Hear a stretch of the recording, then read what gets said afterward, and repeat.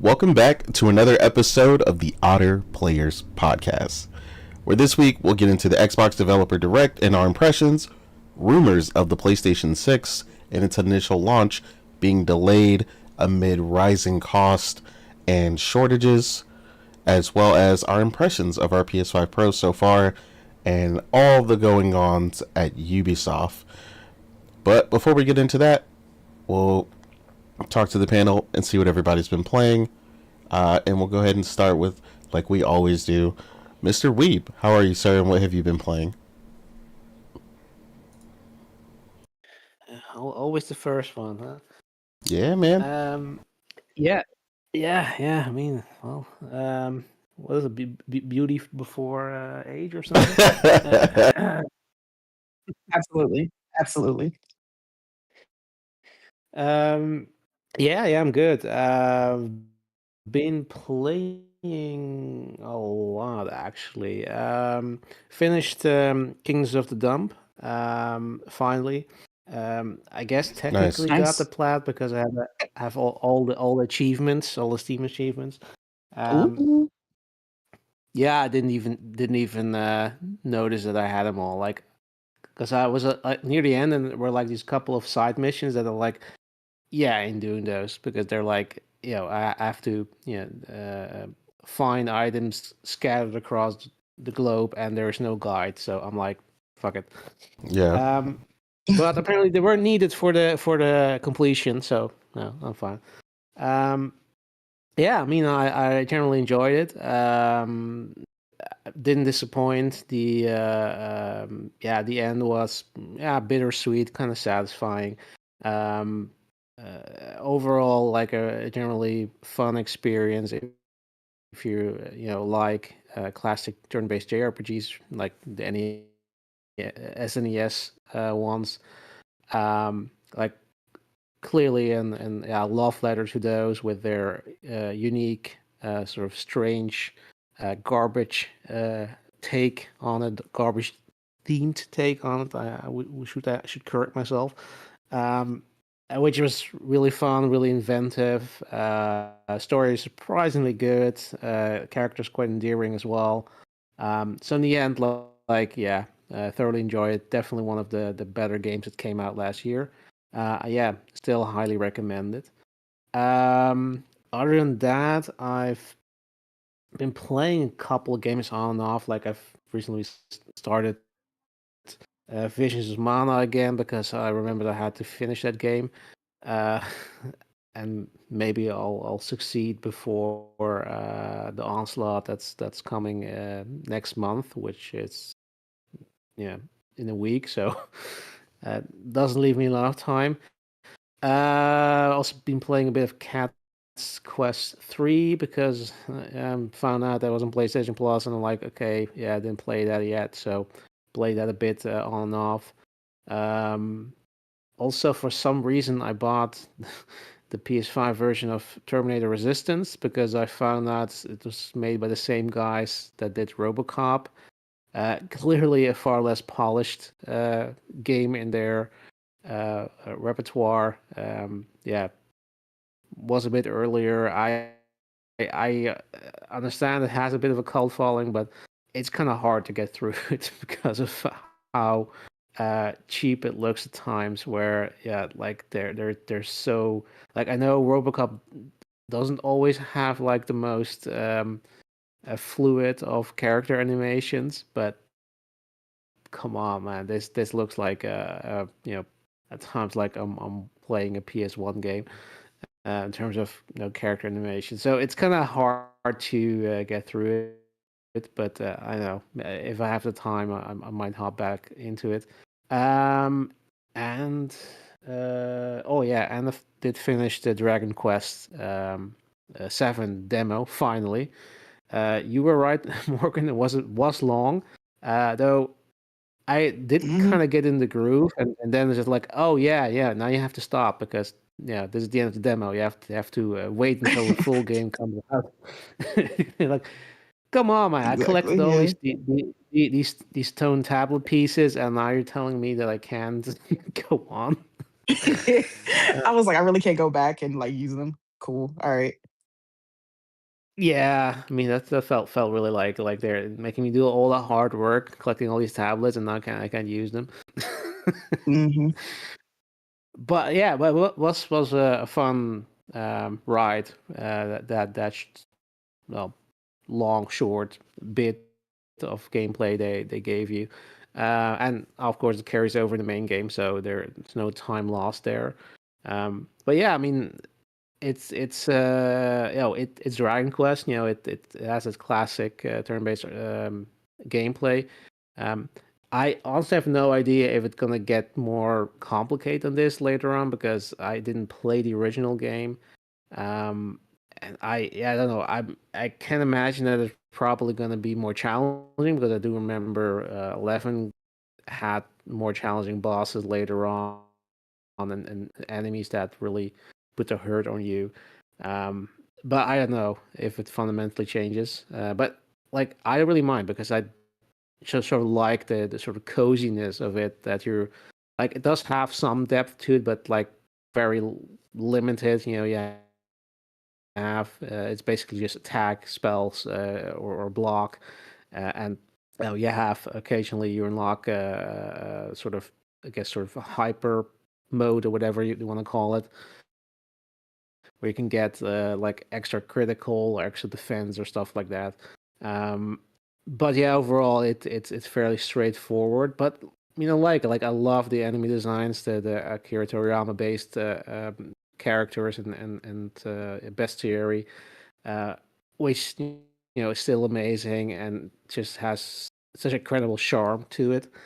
And the story is surprisingly engaging. Like I'm like from the yeah the portion you got presented to you, it's very intriguing. Like you want to okay, what's going on with this world? Why is there?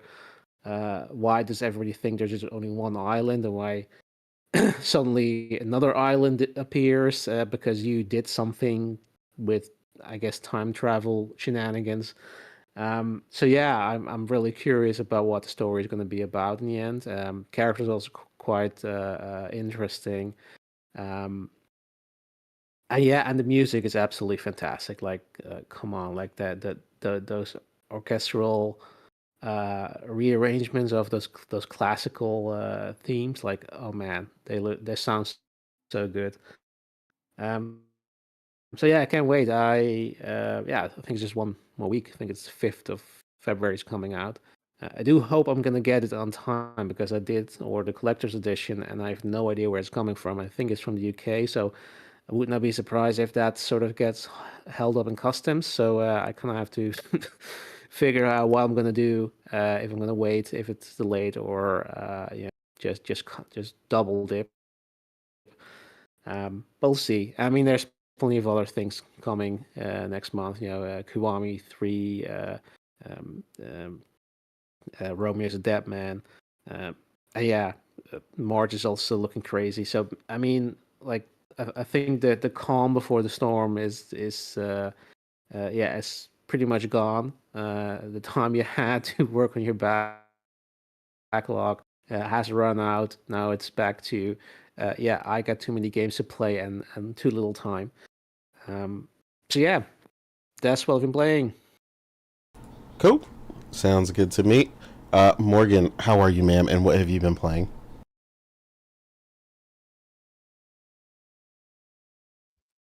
I'm good.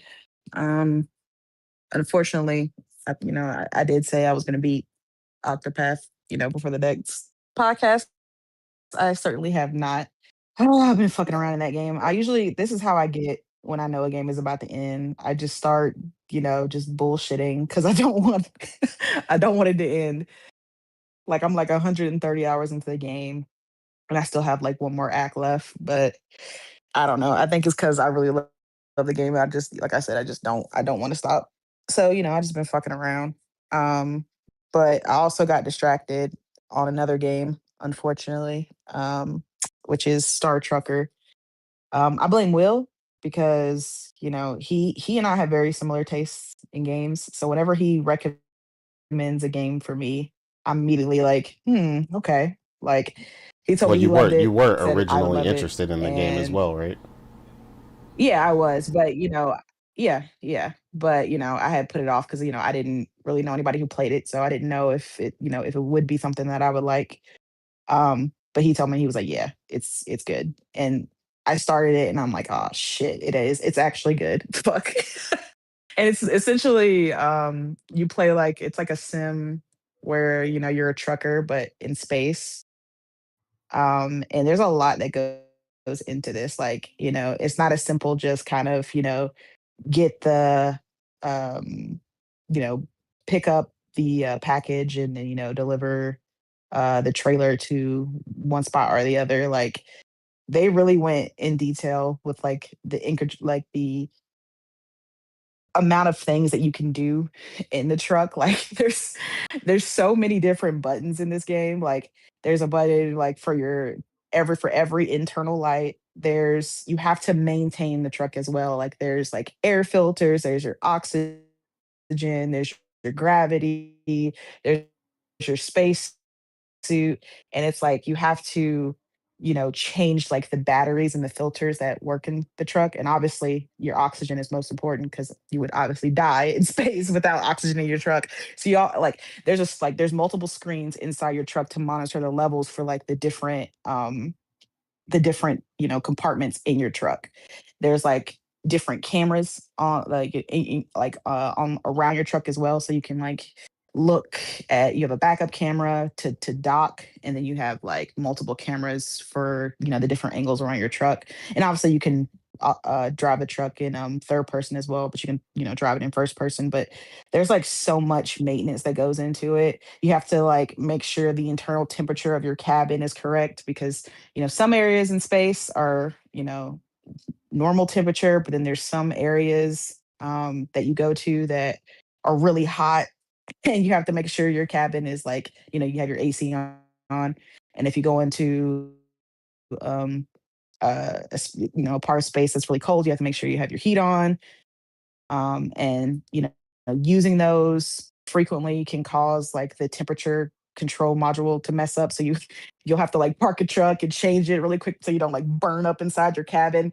Like, it's like a whole bunch of crap that goes into it, that makes it really fun. It's a lot of management um that goes into it. And you can find space junk and take it, but certain parts of space have, like, there's a lot of security checks, and some items are illegal in certain depots that you go to. So if, like, I was so mad because I had like like $2,000 worth of like illicit goods in the back of my truck, and I forgot that I was going through a security check. And so like the cops were like checking my stuff, and they were like, "Oh, nah, you got some like illicit goods back here. We're gonna have to take that." And they took my shit and then charged me. And I was just like, I was so pissed off because I was like, "Damn, I'm gonna finally have some money," because you spend so much money on like batteries and filters to keep up with everything, that you're constantly working, constantly trying to get ahead, because then you can also upgrade your truck, and you have to repair your truck, because if you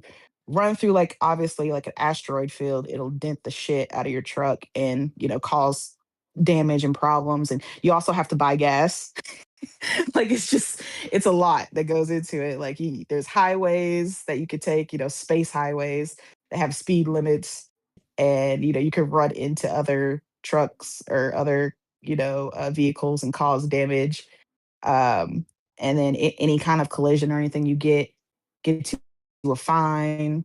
But yeah, there's like a lot into it. But I like sim games, I like management games, so I've been addicted to it. It's really good. um so thank you, Will, for the recommendation. But I have to put it aside so I can finish Octopath. But yeah, those are pretty much the two games that I've been playing. Cool. Omar, how are you, sir? And what have you been playing? Yeah, I'm fine.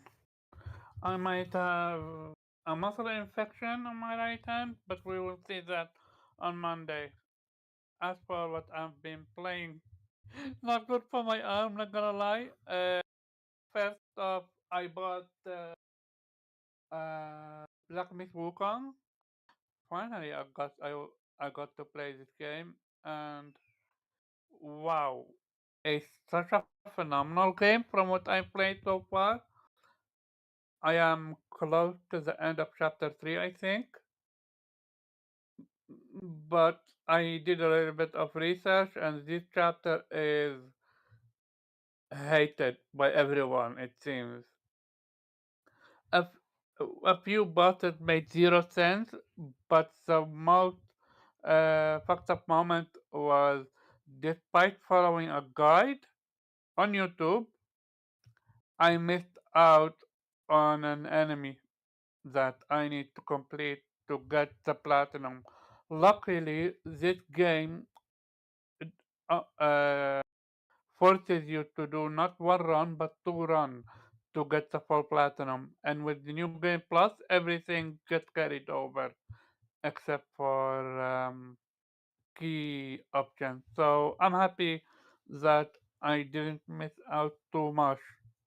As for the combat is so fun. This is the second best game I've seen that does skill respec well. The first one is Assassin's Creed, I think, Valhalla, where you can literally respec after fighting. You don't need even to be in a camp or something like that. But with this one, you can respec at the camp and you can respec everything, and that's what I love about it.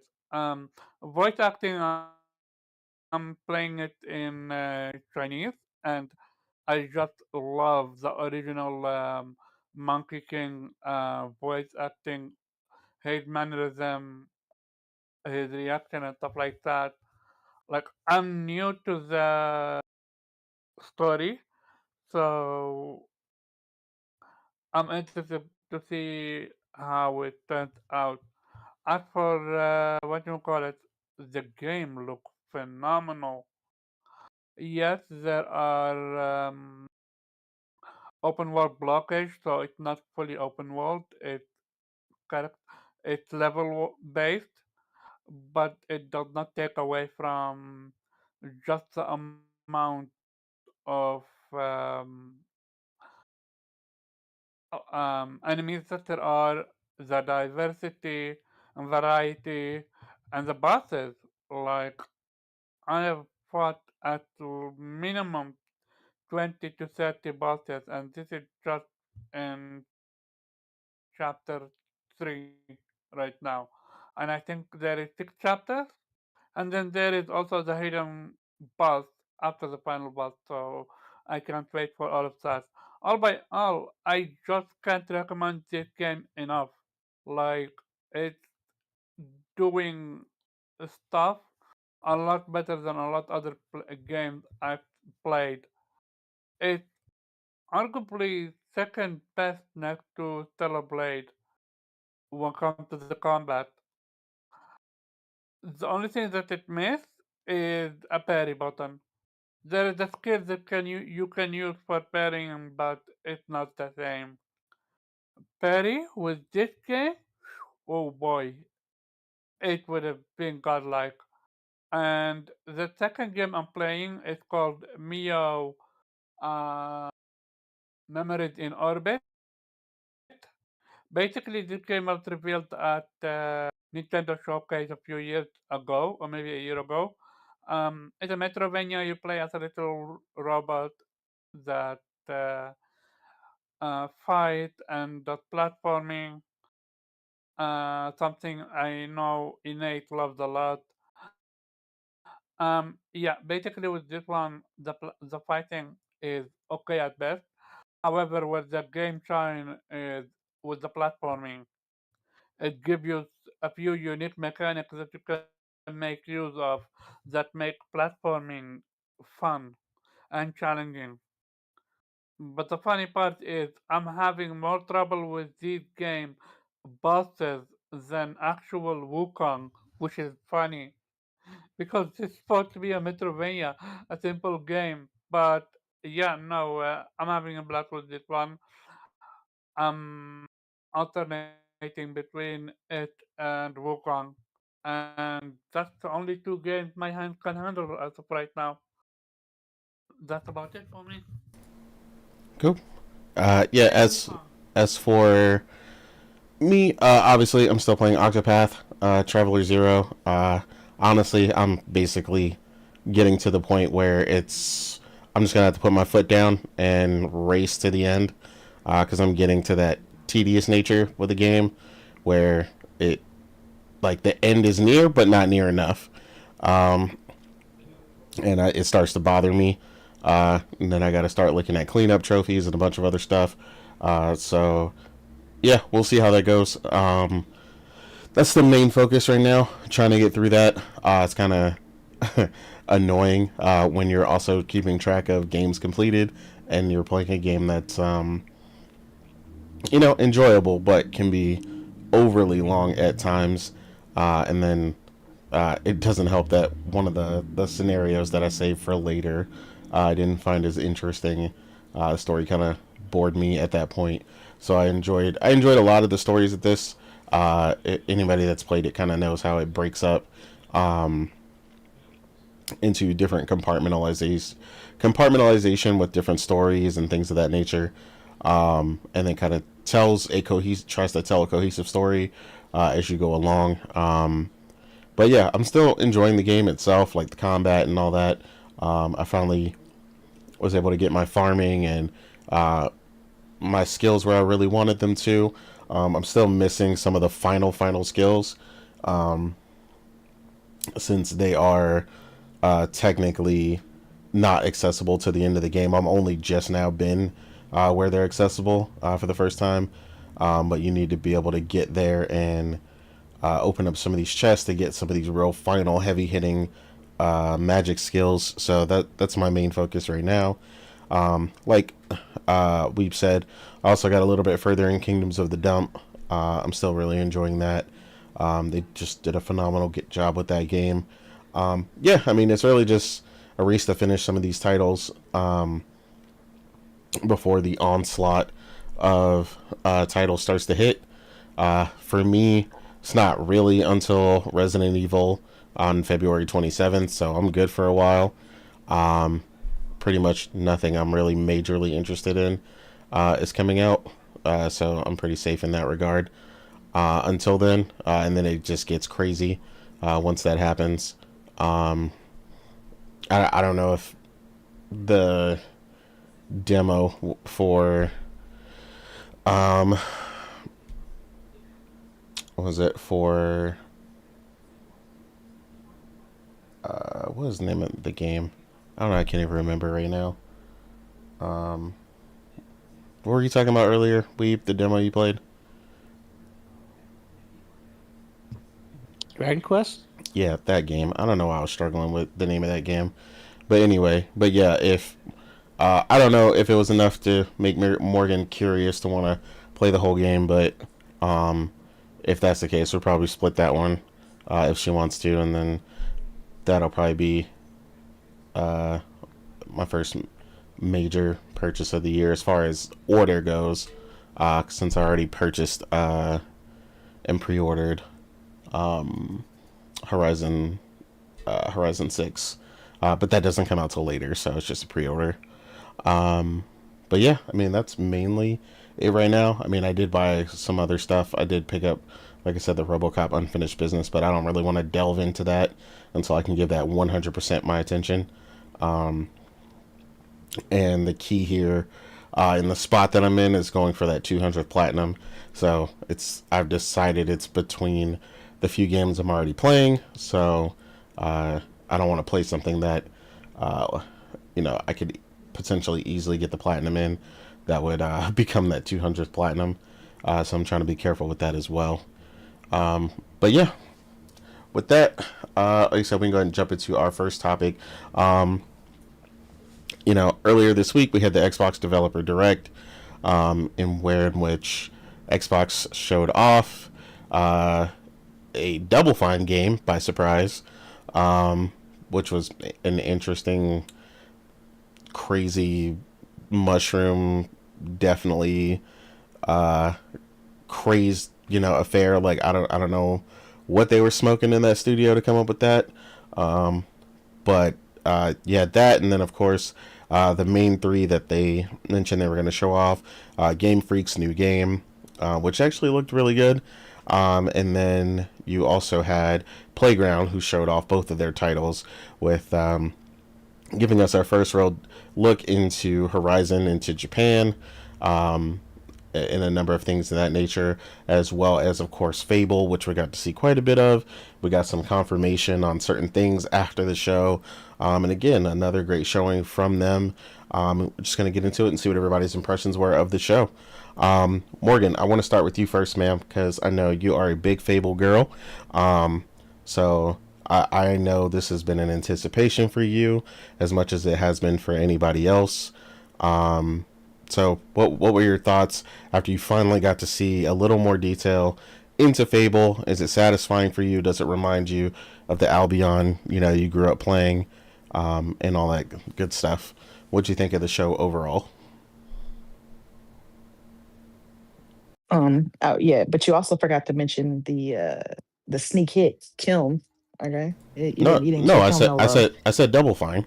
I said Double Fine's game in the Oh, beginning. okay, Yeah, okay, got you. yeah, But yeah, it was good. Really didn't really care about anything but Fable. I mean, I pretty much figured that was going to be the case when they announced the games that they were showing.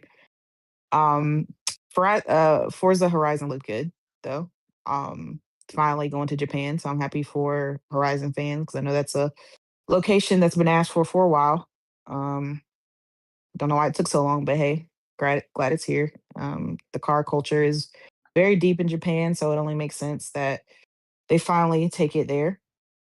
I know you ordered the the super deluxe edition, so I know you're gonna absolutely, have fun with that, Nate. absolutely. Um, yeah, I'm happy for you. I know you love Forza. Um, yeah, then they showed off um what was the next game that they showed? Uh Beat Incarnate. yeah, that it looks okay. I mean, obviously, if you're going from Pokemon to Beast of Reincarnation, like, yeah, that's a big jump. It is a huge jump. So it's clear that the developers, at least, are in some way competent when it comes to developing a game. It's just, I guess, for Pokemon, for whatever reason, I guess Pokemon doesn't give them funds to do anything with the IP. I don't know, but yeah, Beast of Reincarnation look pretty good. It's not really anything I'm interested in playing, unless they like drop a demo. Maybe I'll give it a try. Maybe I like it, but it didn't really look anything like, I don't know. It didn't really look like nothing I haven't seen before from Asia. So I was just like, it's okay. Yeah, I Um, agree with you. I don't think they showed. then they I don't showed think they showed enough to really differentiate themselves. But like you said, it looked okay. Yeah. Yeah, it looked okay. Like, I mean, it looks cool. Like, you got your wolf companion, you're doing your post-apocalyptic Japan thing, it's got the magic and the curses and stuff like that. So it's cool. Straight. Like, I'll try it if they have a demo. Maybe I'll get turned around. Like, I mean, I was feeling kind of the same way with Stellar Blade, then I played the demo and I was like, oh shit. So if they put a demo out, I'll give it a fair shot. But right now it's, yeah.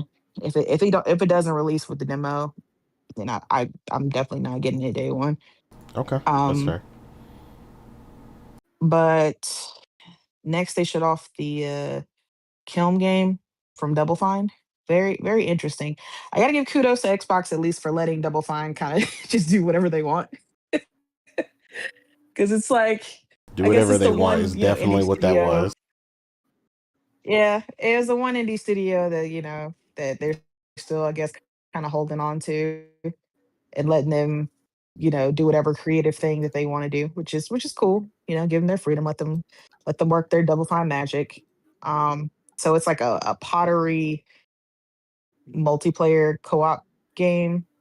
I mean, the concept of it is kind of cool. Like, you build your pot or in whatever shape and size you want in order to get a better positioning on the field, right? Like, the bigger you can be a big pot and be like the brawler. You can make a small pot to be, quick and agile. And I guess you got to get water from one side of the to the other. Like it's a kind of like a team brawler thing. You got to put out the other team's kiln, I guess, like their fire pit, whatever. Um, and then you win. It's interesting, very interesting concept. Um, it's cool that it's, I guess, coming out on all platforms, even though their last game didn't. But I guess it's because this is more of a live service style game, so they want it to be on all platforms. But yeah, this is another game that I'll probably pass on it. Maybe I'll try it. If it goes like on deep sale or something, maybe I'll give it a try. But I'm not really into kind of like the brawler style co-op games. So it does look like it's gonna be fun. I imagine I'm gonna see like a lot of streamers like try it out. The little cozy streamers who like to play these type of games. But happy for Double Fine. They got another game. You know, um, I'll be back on Double Fine's team when they give me like Psychonauts 3 or another single player indie game. But it looked interesting. I'll give them that. But the piece, the showpiece for me, the showstopper was absolutely Fable. Um, it looks really good. All things considered, there are some things that I'm like about, like the frame rate being one, right? It did look a little choppy. But again, they said fall, so they have time. They have time to fix that. That's not something that's too I'm too worried about. We're not close, and it's not like it's like a month away or something, and the frame rate's still looking like that. So there's time. But as far as Fable goes, it's definitely giving the vibe of Fable. And that's kind of what I was hoping for, right? That's what I was looking for. We got the character creator, so everybody who was crying about that can shut the fuck up now.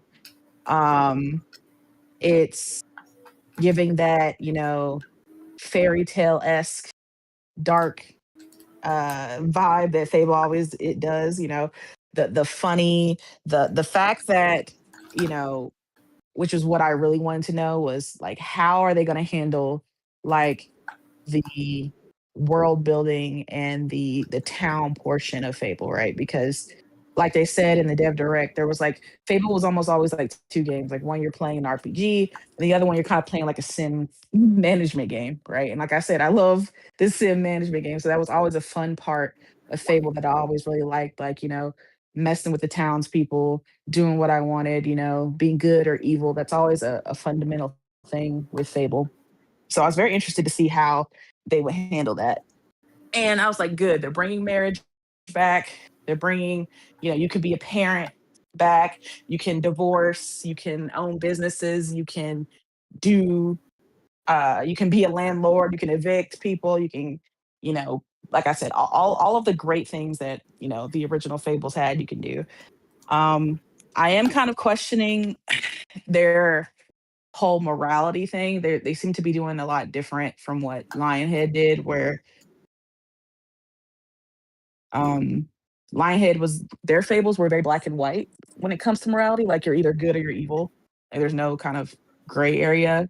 But Playground Games are kind of going the opposite way, where for them there is a gray area. So if you were like good in Fable 2, like everywhere you went, every town you went, no matter what, people knew you were good, right? And if you were evil, you would have like, the horns and the red eyes in Fable, and everybody wherever you went knew you were evil, right? It wasn't like you come into a new town and you get a fresh start. It's just like, oh shit, like who is this person? They're obviously evil, right? But Playground Games is kind of doing something different where your reputation kind of changes depending on the town. Um, Maybe in one town you're known as a good person, and another town maybe they don't like you. It kind of reminds me of Kingdom Come Deliverance too. It's the same kind of thing where there's a reputation system where you know one town could like you and another town could hate you. That's kind of a thing that happened in there. Um, and I think that I've seen some people that are upset about that, but I kind of get why Playground chose to do it this way because, the original Fables were more like hub world based. So there wasn't really much traveling. It was just like jumping from place to place through load screens, kind of like a Starfield situation. Um, but in this game with Fable, they said this is going to be open world. You'll be traveling from place to place, via your horse or walking. It won't be that load screen situation anymore. So because of that, it makes sense that you would have separate reputations in different towns because obviously the different towns that you come upon don't know you, right? Um, so while it kind of sucks that it's not going to be you're not going to have the little devil horns that you used to have and the body changing that you used to have in the original Fable. I kind of get why, like I said, why they made this change. um but I do like that they're keeping the fact that choice matters. And then they gave the example of if you kill a certain character, the guy that turns into a giant, then his body will be seen and decaying in your hometown, and because he died on top of houses, it affects the housing prices in your town. So then the price of houses go up, and then everybody's pissed off at you. Um, so yeah, like your choices have consequences, which is good. And I hope that it isn't just kind of like a one-off thing. I hope it's not just big choices like that. I hope it's like little incremental choices as well, where maybe just pissing off one particular town member can have like a ripple effect on the story. And speaking of the story, they didn't really go deep in depth into what the actual story is, right? We're just kind of starting off the way we usually do in Fable games, where you start off as a child, and we know that something, our grandmother, some evil person came to town and turned our grandmother into stone. And the last thing she told us was to like go to the Heroes Guild. And so that's why, when we get older, we go off and we do that. And that's kind of the story that we know so far. We really don't know who the main villain is or villains in this game, which is I think that's good. Like I like some mystery to the story. I like not really knowing where the playground's trying to take the story, but I hope for their sake that the story is strong because that's obviously one of the best aspects of the game. I mean, it is called Fable, so you would hope the Fable itself is actually interesting. Exactly. Um, but um that's really the only question mark I have, when it comes to Playground, because obviously graphics look great. um I see that they're going for a more photorealistic version of Fable instead of kind of the stylized version of Fable that 1 and 2 and 3 did, which some people don't like. Some people feel like it loses the characterization when you go to a more realistic looking game, but I like it. I enjoy it. And Yeah, I they're think it looks good. using, yeah, they're using the Forza engine and all that good stuff. So they said that they specifically tweaked it to try to capture open world, to be able to do an open world RPG, because we know that Forza has mainly been, well, always been a car studio, right? Like they've only done and developed games that were racing games. So that's like a very stark difference from going from a racing game to a third person RPG. So it's a big task for Playground Games, but so far I'm impressed. I mean, you know that that that was a big, like I said, a big task that they put on to the Forza team, and it looks like they're taking it in stride. And there's a lot of cool stuff that they kept from Lionhead to bring over to their Fable. They said it was a reboot. It's not a continuation of the original trilogy.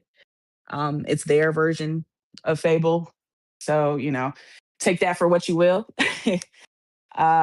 It'll be interesting to see if they're able to capture the spark that Lionhead did, and to do the Fable IP justice. But so far, I'm impressed. I don't really have any negatives towards really anything about the game thus far. I'm honestly just excited to see more, because there are like a lot of questions I have about some aspects of the game that they didn't really talk about or cover. But I'm excited to see what they will do with it, and hopefully it comes out in autumn. They didn't give us a date; they just said autumn 2026. So that's very ominous. As we know, fall is pretty much packed for 2026. So I wouldn't be surprised if they you know, delayed it to spring of 2027. But I'm crossing my fingers because I really want to play Fable. It's been too fucking long since we've known about this game. And I've waited for this game forever. And thank God it's coming to PS5 day one. So, I'm gonna be there day one. But yeah, I'm excited. From what I've seen, I'm very impressed. And all I'm hoping now is that, the Playground Games team can pull it together and give us a Fable that we've been, you know, dreaming about since, the end of poor Lionhead Studios. So Agreed. No, I think that was all very well stated. I agree with a lot of what you said. Um, Weeb, how are you, sir, about as it pertains to the developer direct? What did you think? What were your highlights? Let us know how you feel. That's a very loaded question. How do I feel today? Um, no, yeah, yeah, Forza. I mean, I know you're very excited about Innate. Mm-hmm. I wish I shared your enthusiasm. But yeah, I mean, I'm happy that you finally got what you wanted. Finally going to Japan. And I mean, look, I enjoy my initial D. That's my jam. But as for playing racing games, that's not really my cup of tea. So I'll probably skip that one. Despite being a weeb, I mean, my aversion to racing games will win out in that regard. Um, as for I forgot the title again. What's a game from the Pokemon developers Beast again? Incarnate. Beast Incarnate. See, that's how forgettable it is. I can't even remember the name. I was Um, I was the same way. I couldn't remember. I was like, what is it? Yeah, I mean, look, I appreciate that they're getting out of the comfort zone, even though technically they're not developing the game, they're overseeing it apparently, Or Beast of because Reincarnate. they're Beast of Reincarnation. Sorry, I wanted to correct that. Omar is the one that said it ah incorrectly, and that's what threw me off the first time. It's Beast of Reincarnation. So Morgan was actually saying it right when Omar was saying it wrong. So yeah, just to get that right. ah And if he's screaming, no one can hear him, by the way, because I have him muted because his controller was going off. Just so he knows that. But yeah, sorry. Oh, that was I was trying to figure out who the hell that was. Yeah, it's freaking Omar. Yeah, it was going off the entire time I was talking. I was like, I didn't know who that was. Yeah, so I eventually muted him so at least the stream didn't hear it. Sorry, go ahead, Lee. yeah. Omar, let's agree you So, don't game at podcast. Cool. Do nothing. Just sit there and listen or talk. That's all you have to do. Yeah, for the record, anybody that Okay. doesn't know, Omar has been banned from gaming during the podcast, but he does it anyway. You- you- Trying, sir, Xbox controllers are loud. Do you know? Okay. uh, They have a reputation of being loud as shit. and anyway, as I was saying, um, whatever Bees of Reincarnation, whatever it's called, I don't care. Um, I mean, look, like it sort of feels like baby's first, adult game, basically that doesn't look like it was made, for PS1, or I mean, that's maybe even insulted the PS1, considering how these Pokemon games look like these days. Um, And yeah, I mean, compared to what they've done so far, this looks a massive step up. But I can't really get um, rid of the feeling that it's sort of like yeah, made by committee kind of game. Like they're trying to um, uh, find something that is sort of designed to be uh, what they hope being a hit, because it borrows so many elements from other games that I've seen before. I mean, I got the wolf, you got plant-like enemies, like the post-apocalyptic setting. I mean, I don't know, like there's something about it that sort of feels off to me. Like it I would not Yeah. be surprised if this is gonna come in with middling reviews, because it's like, okay, who is this for? Like it's just not. Yeah, I don't know. No, With a I agree with crowd. you. I think it looks something looks off, and I need to see more. Like nothing right now tells me day one. So I'm with both of you guys on that. Yeah, I mean, look, I like what Morgan said. Like, if there's a demo, we'll definitely check it out and see. And maybe I'll like it. I don't know, but so far, what I'm seeing, it's not really,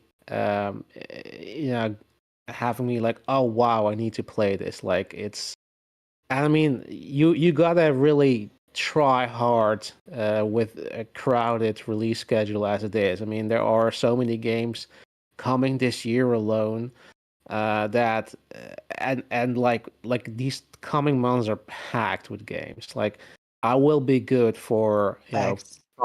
probably for this first half year. I'll probably be good with all the games that are coming Hmm. out, and we still haven't gotten all the release dates for games that are supposed to come out this year. There will inevitably be some surprise announcements. I mean, even from Nintendo themselves, because they have the tendency to just say, "Hey, here's the direct. Hey, this game is coming out next month or now or whatever."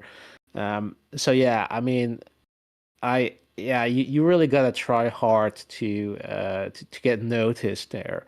And I think the thing they have going for them is that they're doing something that people weren't expecting of them, and um, yeah, they're at least trying very hard to say, hey, yeah, this is sort of we're passionate about it.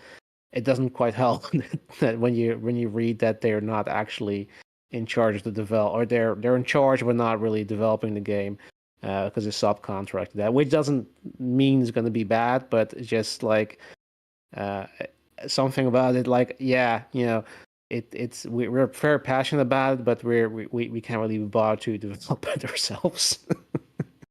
So I don't know. We'll see. It's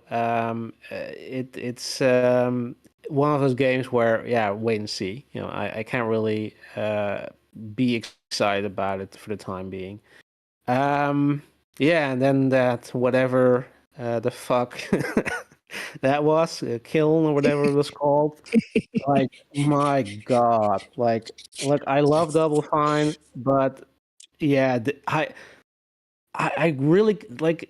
I don't understand how they're. I mean, I can understand because they're bought by Xbox and Xbox wants multiplayer games, and that's why they're making that shit. Because I can, like, they can tell me as much as they want that this is sort of their what they call their Fortnite, their Oh yeah, that's what they yeah, that said. whole development process. But I mean, even if that still was what somebody came up with, like, yeah, I want to make this. Like, I'm sure as hell not gonna pretend that this is not influenced by, oh yeah, we need to make shit for GameFAQ, and we're seeing people getting fired left and right, studios closing. Yeah, we need to try to make something that's going to be a hit. I mean, or potentially has it. And they're making some Sea of Thieves ass shit. That's what it looks like to me. Some grounded shit. Like, I mean, like, of any studio Double Fine is making this, like, I couldn't be less excited about. And it makes, like, what I've seen, like you couldn't even properly explain it even with the way too long runtime that whatever it was, and I won't call it a showcase, They were but trying to sell the hell out that game. Yeah, they they were were. trying really hard, and I they think were. the strategy is basically, just confuse them, and they will buy it, or they'll all play it. Like just confuse them enough that I they're like, like oh yeah, playing as the I'll try little it. pot with the pizza design.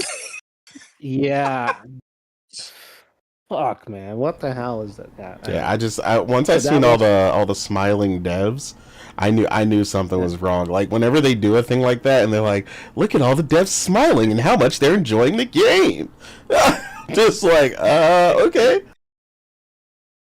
yeah. It's, Oh, God. it's sort of I think a rule of thumb. The happier the dev look, the unhappier the gamers will be. Uh, I mean, I don't know, like that. That sort of like, was the absolute low point of that show.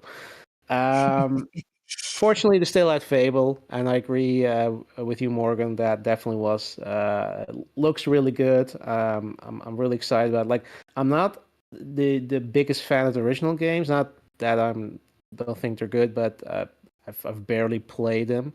Um, but this looks really interesting. Like, I do enjoy the more realistic style of the characters. The changes that they've mentioned, they do sound like I didn't. I do think that that is a good choice to not make you cartoonishly evil, like that you're like, that you constantly look like visually look evil when when you go down that path. And that they're emphasizing there's sort of gray areas. There's um, and yeah, possibilities of just being an asshole in one town and then moving to the next. Nobody knows you there, so you can just be the hero there. Yeah, kind of interesting because somebody's hero is other person's villain. That kind of thing, Mhm. and really play that out. I definitely will not kill off Richard Ayade because Richard Ayade is the funniest man alive.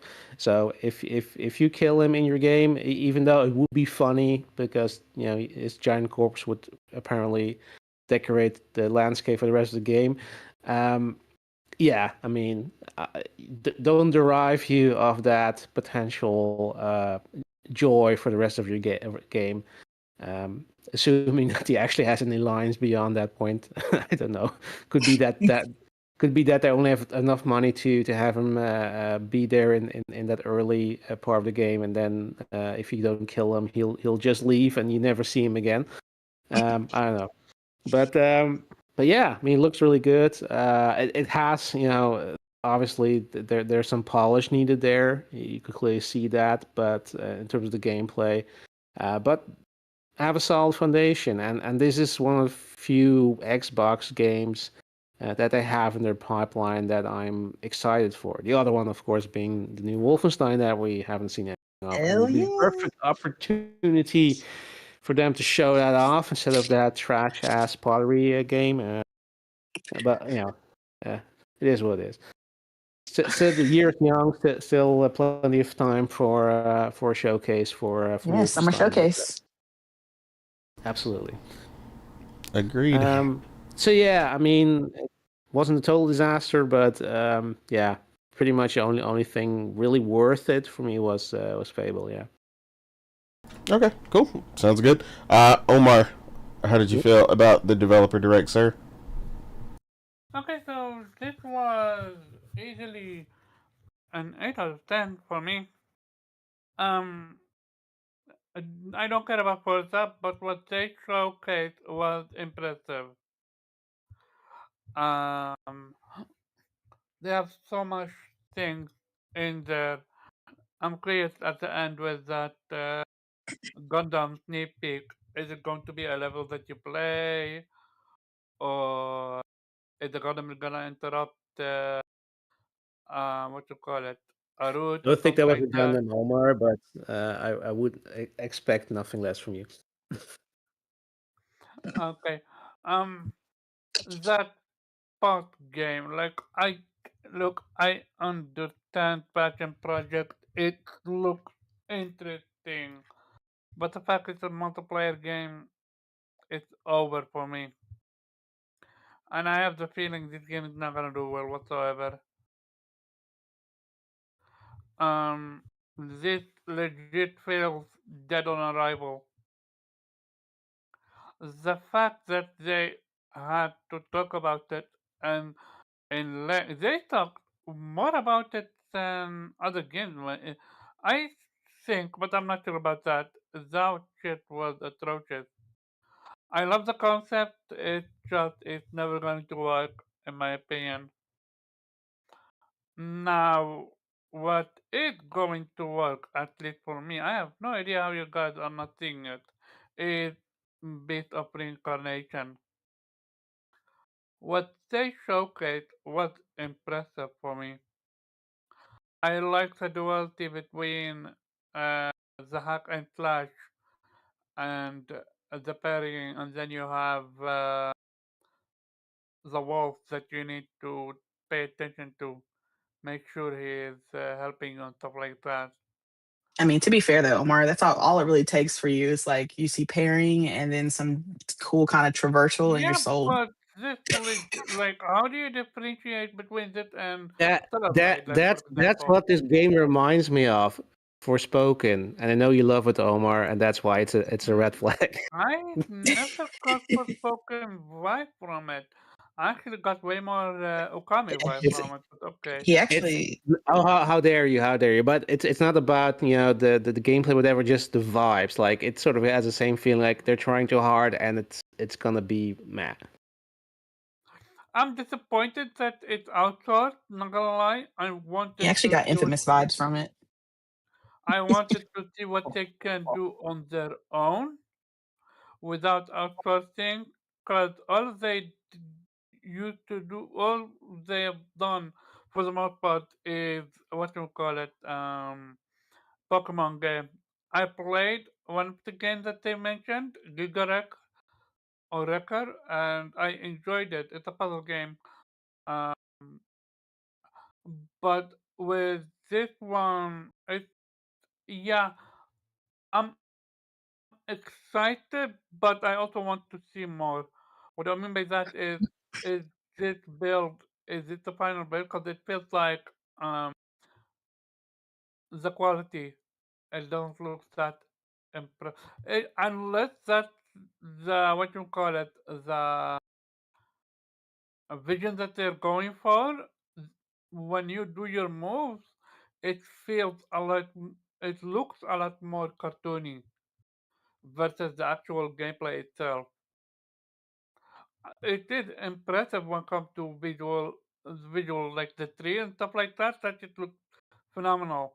However, you can differentiate between the game itself and this. Like it have a different style. So I'm curious about that. Other than that, I legit was um I I miss what PlayStation does, which is showcase gameplay up to us do, not these few minutes that they do. Like, give me 5 minutes uninterrupted. You can do that in a direct, like when you spend so much time talking with Dev. Put that on the background and show me uninterrupted gameplay. This cutscene gameplay, not cutscene, slight gameplay. I'm just not a fan of that so much. And that goes to Fable. Like great showcase for Fable. Finally, we got to learn about it.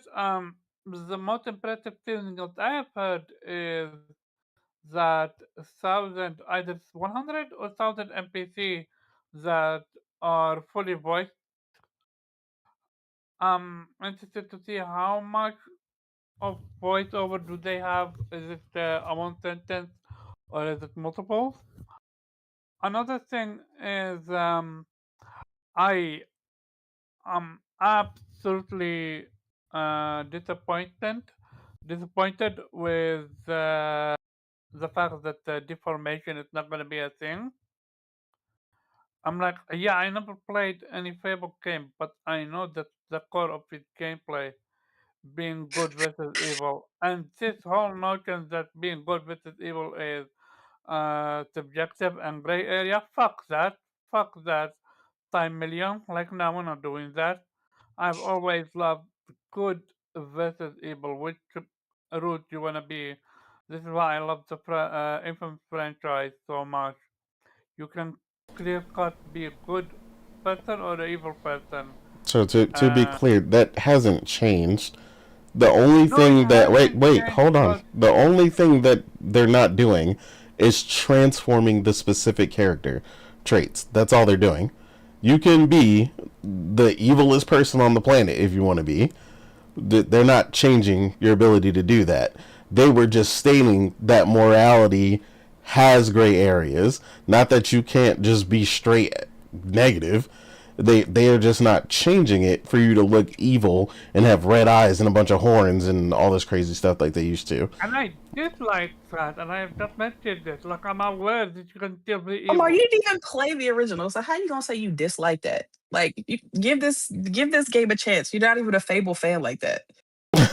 Because I haven't played the original, I wanted to see what they can do with the next gen graphics. Oh my god, you always do this, Omar. I was Every about to time say you've you never don't Wait, played even a game know. before, wait, how the fuck do I always do this? because no, You I'm do saying because always do every this. time you've never played a game franchise and they remove something or they don't have something from the original that you haven't played before, you get upset. And I'm like, Omar, but you haven't played the games. Why are you upset? You acting like a OG fan who got something stripped, but you don't even know because you haven't even played it. And I mentioned that from the get go, but I'm not allowed to be No, because irritated. you're missing something that you've never experienced. Like, so there's no reason to get upset about it because you didn't experience it before. And honestly, Alright. it wasn't that big of a deal. Because I missed out on Fable, the original, which not gonna lie, this is the perfect moment to drop Fable remaster or something like that. Um, they removed something core that I have always been a fan, whether it's Fable, whether it's Infamous, whether it's something else. And I'm Omar, sad. you have a PC. You could play the original Fable on PC if you want to. Yeah, I need to see that. But I'm not. The quiet, yeah. No, it's not that quiet. I didn't think about that, but for me, it's this. When it comes to Fable, I wish they mentioned it because I missed it. If they did, will you be getting skills based on your morality They or never not? said. Yeah, that I fear they're gonna take that out as well because they. Here you go. Fearing they gonna take I stuff out. Omar, stop I'm saying that. waiting on that to be the case, yes or no? Because as I said, I'm a Did they huge have that? fan. Did they have that in the original game, Omar? What? Did they have that in the original game? I remember seeing You don't the remember. writing being different, but that's about it. I can't confirm or deny that it is or not. Again, I never So how do played Exactly. you fear that it's being Fable. removed? That's what That's we're what I'm saying. saying. How you fear something being removed if you don't even know if it wasn't the original? I thought it is because I saw different kinds of writing. But this in the situations, I will look it up after while we're doing the show to see if I'm wrong or right, if it had it or didn't have it. Because I watched a lot of gameplay for Fable back in the day, and I saw the difference between how you can be an angel or a devil, and how your skill changes and stuff like that. So, but going back to it, it is impressive what they're doing with Fable. One thing I am curious about why they just revealed is the character creation. For the longest, the girl have been the main focus of the game. I'm curious if that will always be the case, that there was going to be a character creation on this. Omar. Yeah. So Yeah? Omar. Don't start. Don't start. God, please don't start that. Omar. So when you being upset about things being removed from the original game, one of the mainstays, the main things from the original games is the ability to create your character. That is literally one of the quintessential things about Fable. There was never not going to be a character creator, but you should know how video games work by now. They have to create a default character in order to showcase the game. The same way there is a default Commander Shepard for Mass Effect 1 and 2. There's a female Commander Shepard and a male Commander Shepard. That is how they chose to showcase that game. Your Shepard can look nothing like that. They just didn't have, it wasn't in a ready state to show off until recently. So no, that is not new. That's not new to the series at all. That is something that has been in the series literally since the beginning. That. I've seen that stupid, I saw that all over Twitter. Just go around that people were, oh, did they add it because people were upset?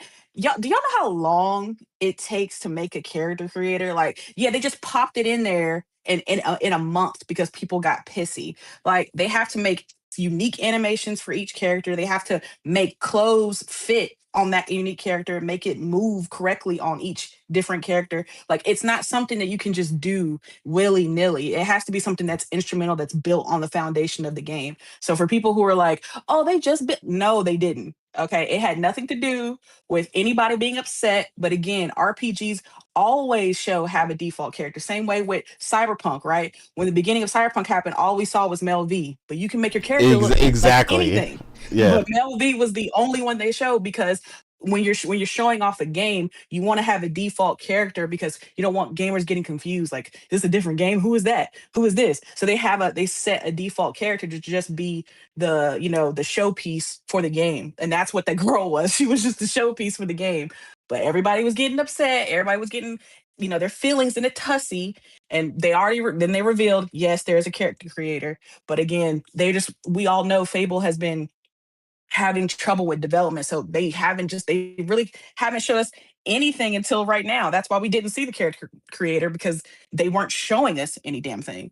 So yeah, since we finally got information on the game, yes, now we know that there's a character creator, but that wasn't something that was just recently added. It's always been a part of the game. From the get-go that Fable gonna be a character creator? I don't. That's what. That's what. Fable has always had a character creator. I'm only asking because no, they didn't. No, they didn't say anything. The first reveal was a damn frog eating a fairy. There wasn't anything.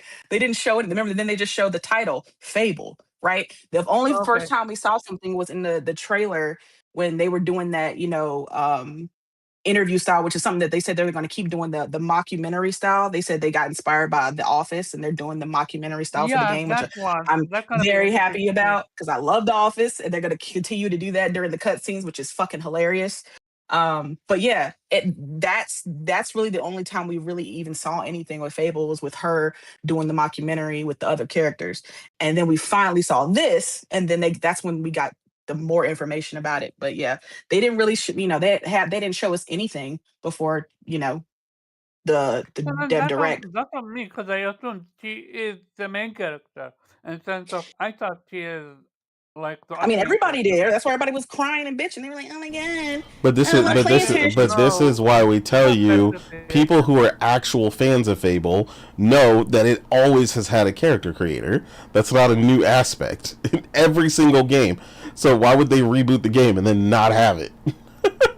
Yeah, because it's about being your character. Going with a different direction. Who knows? Yeah, but people assuming that they added it in 5 minutes is crazy. Like, we know better than, maybe social media don't, but like, you can't be falling for that bullshit. Like, we know better than that.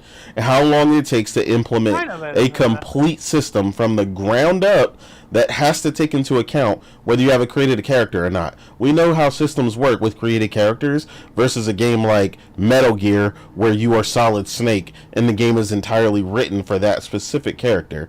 So, yeah, people are just full of it. Gotta do voice acting, all that shit. It's like, come on, man. I was just surprised that only now they come up with it, that they revealed it. Like, the fact that we never heard. Well, sure, but it wasn't just the character creator. We just now saw gameplay. We just we haven't seen anything. We just now saw everything. It's not just the character creator. We saw all this new information at the same time. Share that information beforehand. That's it. But going back to it for the people who want to create their own character, congratulations, you can now do so. As for me, I have never been a fan of character creation. I've always loved to have my own the characters that exist. That would make it unique. Um, also, um, I forgot if that's the case, but will your character be fully voiced? Yeah, because you're gonna. Okay, It's not. You okay. have like it's gonna be default characters. Like it's not full customization, right? It's gonna be like probably like 4 or 5 different characters that you can have. So yeah, your character is gonna be voiced. Mm-hmm. Yeah. Also, that you can marry, have kids, get divorced, and all that. That's fun. That is that. I'm curious how it's gonna what you call it. Uh, Again, I never played any Fable games. So I'm curious if you're gonna get some buff because being a family person or something like that. Uh, would your Well, we know children that you can be a wanker because they definitely said that. what? Rich wanker. If you didn't notice in the dev direct when they were talking about how you can be rich and you can be a landlord and people could not like you because you're an Yeah, I, asshole. I I heard One that. of the Yeah, skills that and I heard popped how up you was want to buy every single rich house. wanker. Yeah, Yeah. but I'm curious if your kids, when they grow up, would you be join you in the fight or something like that? Like, I'm curious if it's just like a sim, or you can actually have them help you in a I fight. mean, they're Yeah. not party members. I mean, they're your kids. Okay, so they're not family members, just okay, cosmetic. I get it. Besides that, yeah, no, I'm legit curious how they're gonna pull up that fully voiced uh, over NPC. That's gonna be a wild one. Also, I love how they gave us an example what happens when you do certain side quests and chooses good versus evil with that giant. I love that so much. I'm a fan of action of consequences. But yeah, besides that, again, it was a great showcase. Straight to the point. A lot of the talking, and they tried to sell the hell out of that pottery game, which I feel they failed miserably. Next time, just give us Psychonauts 3.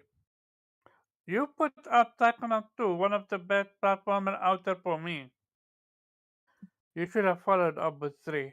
But yeah, that's about it for me. Cool. Uh, yeah. Well, everybody's impressions on the developer direct. Obviously, like I said, I can't wait for, um, I can't wait to see more Fable. What we got to see so far looks really good, and I'm sure they'll clean it up in the coming months. Like I said, I've already pre-ordered Forza Horizon 6, the premium edition. Not playing no games on that.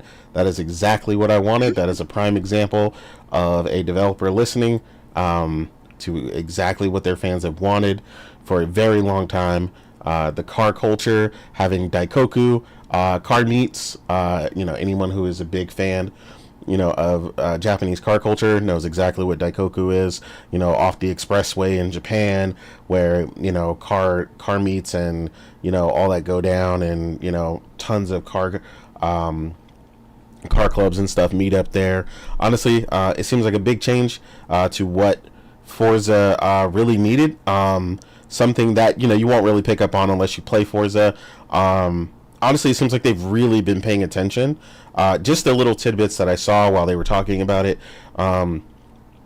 They've really been paying attention to the way people have been playing the game, and not just creating the game. They want the way they want people to play it. So some of that open area where you can just jump in, do the time attacks. They literally doubled the size of the drag strip, which they only showed briefly for like a second, but I saw it. Which is huge because people go to the drag strip all the time and just run it for hours and constantly racing all the different tunes that they've had. I did this literally like 3 days ago. So I think they've really been paying attention to that. A big request for them for a long time was car meets, being able to meet up with your crew or another crew, and just kind of battle it out on the expressway, and just roll races and just have a ball, and then go up in the mountains, stop at the little 7-Eleven, and then run the toge up and down the mountain, tandem drifting, and just really just tearing it up and going around all of Japan, and hopefully they expand it to different prefixtures and all these other things. Honestly, this could be something they could support and update for years to come if they do it right. Supporting it with hundreds more vehicles. They're launching starting with 550 vehicles, which is solid. Knowing the way that they tend to add vehicles at a much higher rate than something like Gran Turismo really works for me personally. They tend to get a lot of the newer vehicles and stuff that I'm interested in. One of my favorite vehicles was added, the Lamborghini SVJ, which is my most driven car in Forza Horizon 5. So yeah, I mean, I'm just excited to see them take it to the next level with this. I do understand where some people are like, they kind of wish they would have got rid of the festival, even though they changed it up a bit. They brought back the wristbands, which is something from some earlier stuff. And they're kind of giving you the bottom, from the rags to riches story, making you earn your way to the top this time. You're not just a big star in the festival. So I do like that.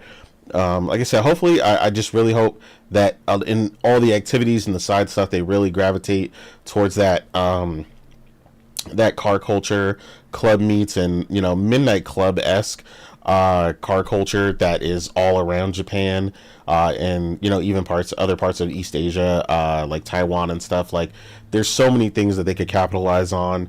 Having one of my more fun things to do in an older game was Burnout Paradise. They eventually had a parking deck where you could go up and drift around the parking deck. So, very Tokyo Drift, which a lot of people want. Hopefully they really hone in on that. I did see that they had, one of the cultural experts on hand for them, talking about the significance of the 7 and the 8 out there, and how it means good luck and all that good stuff. So yeah, I'm excited for it. Like I said, Fable looks really good. I want to see more. I know we'll see more. I know we'll see that cleaned up frame rate, and that'll determine where I'll end up playing that game. But yeah, I know ultimately I could play it on PC if it's really still an issue, I feel like, later on. But I have some confidence in the Horizon engine, and I think they're going to do well. And I know that they have pulled in some writers and some other things from even some of the Witcher series and stuff. So hopefully they're letting them do the writing that they're known for and very good at. Yeah, the Kiln game or whatever, that was kind of random. I don't really care about that game at all. I don't know. The entire Double Fine team just looked like they were on shrooms when they introduced that game, so that was pretty funny. And then, of course, like I said, Beast of Reincarnation. It looks good. I like what I saw. I need to see more. It looked a little rough, but I like a lot of the systems that are in play. The ability to, kind of pause and select your skills. I'm a big fan of that type of combat style. So, yeah, we'll see how it turns out when we see more of it. But yeah, so in other news, Ubisoft canceled 6 upcoming games, as well as delayed 7 others, including the remake for Prince of Persia: Sands of Time. But funny enough, Beyond Good and Evil 2, which is a running joke for us, apparently is still in development and survived the axe in all this major restructuring going on.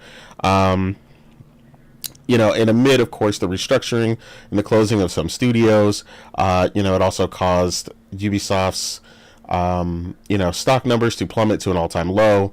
So it's going to be interesting to see what they kind of do, how they're going to handle things going forward. They had a lot of things in play once we kind of find out.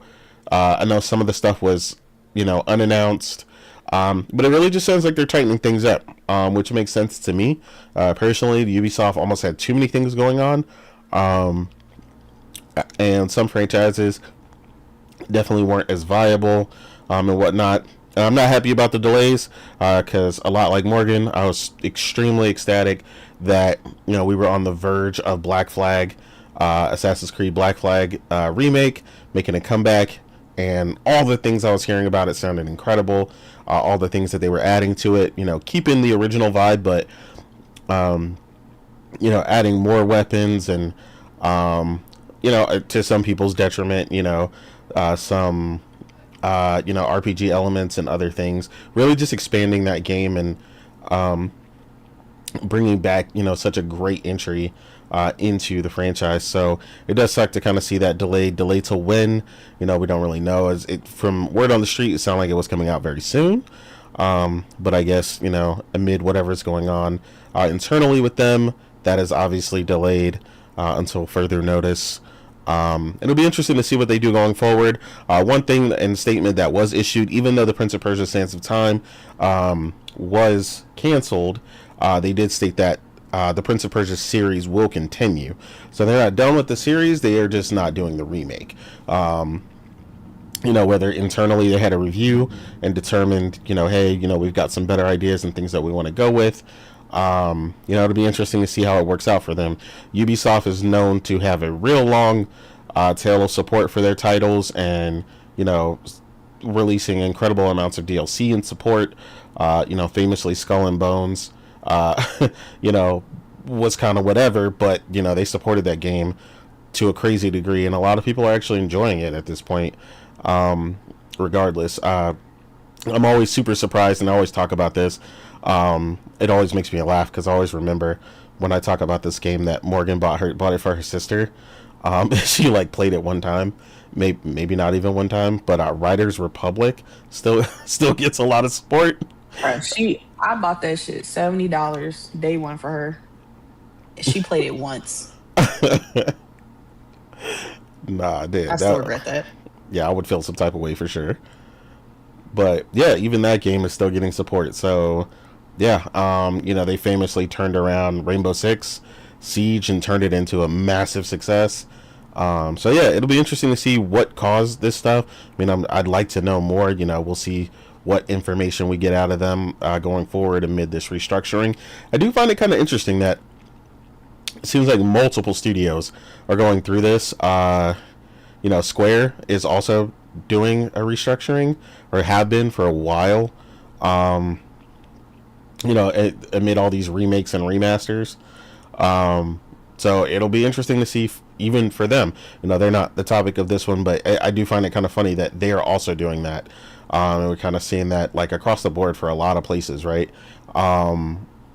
So yeah, hopefully both of them can come out on the other side of this stronger and more focused and releasing games that their fans actually want. That hasn't really been, like I said, much of an issue for Ubisoft for me personally. But yeah, I have been on record stating that in Square's case in particular that they need to come out on the other side of this stronger and refocused, and not just have some of their smaller titles doing well, or depending on the Final Fantasy name to do well for them, because clearly that ship has sailed.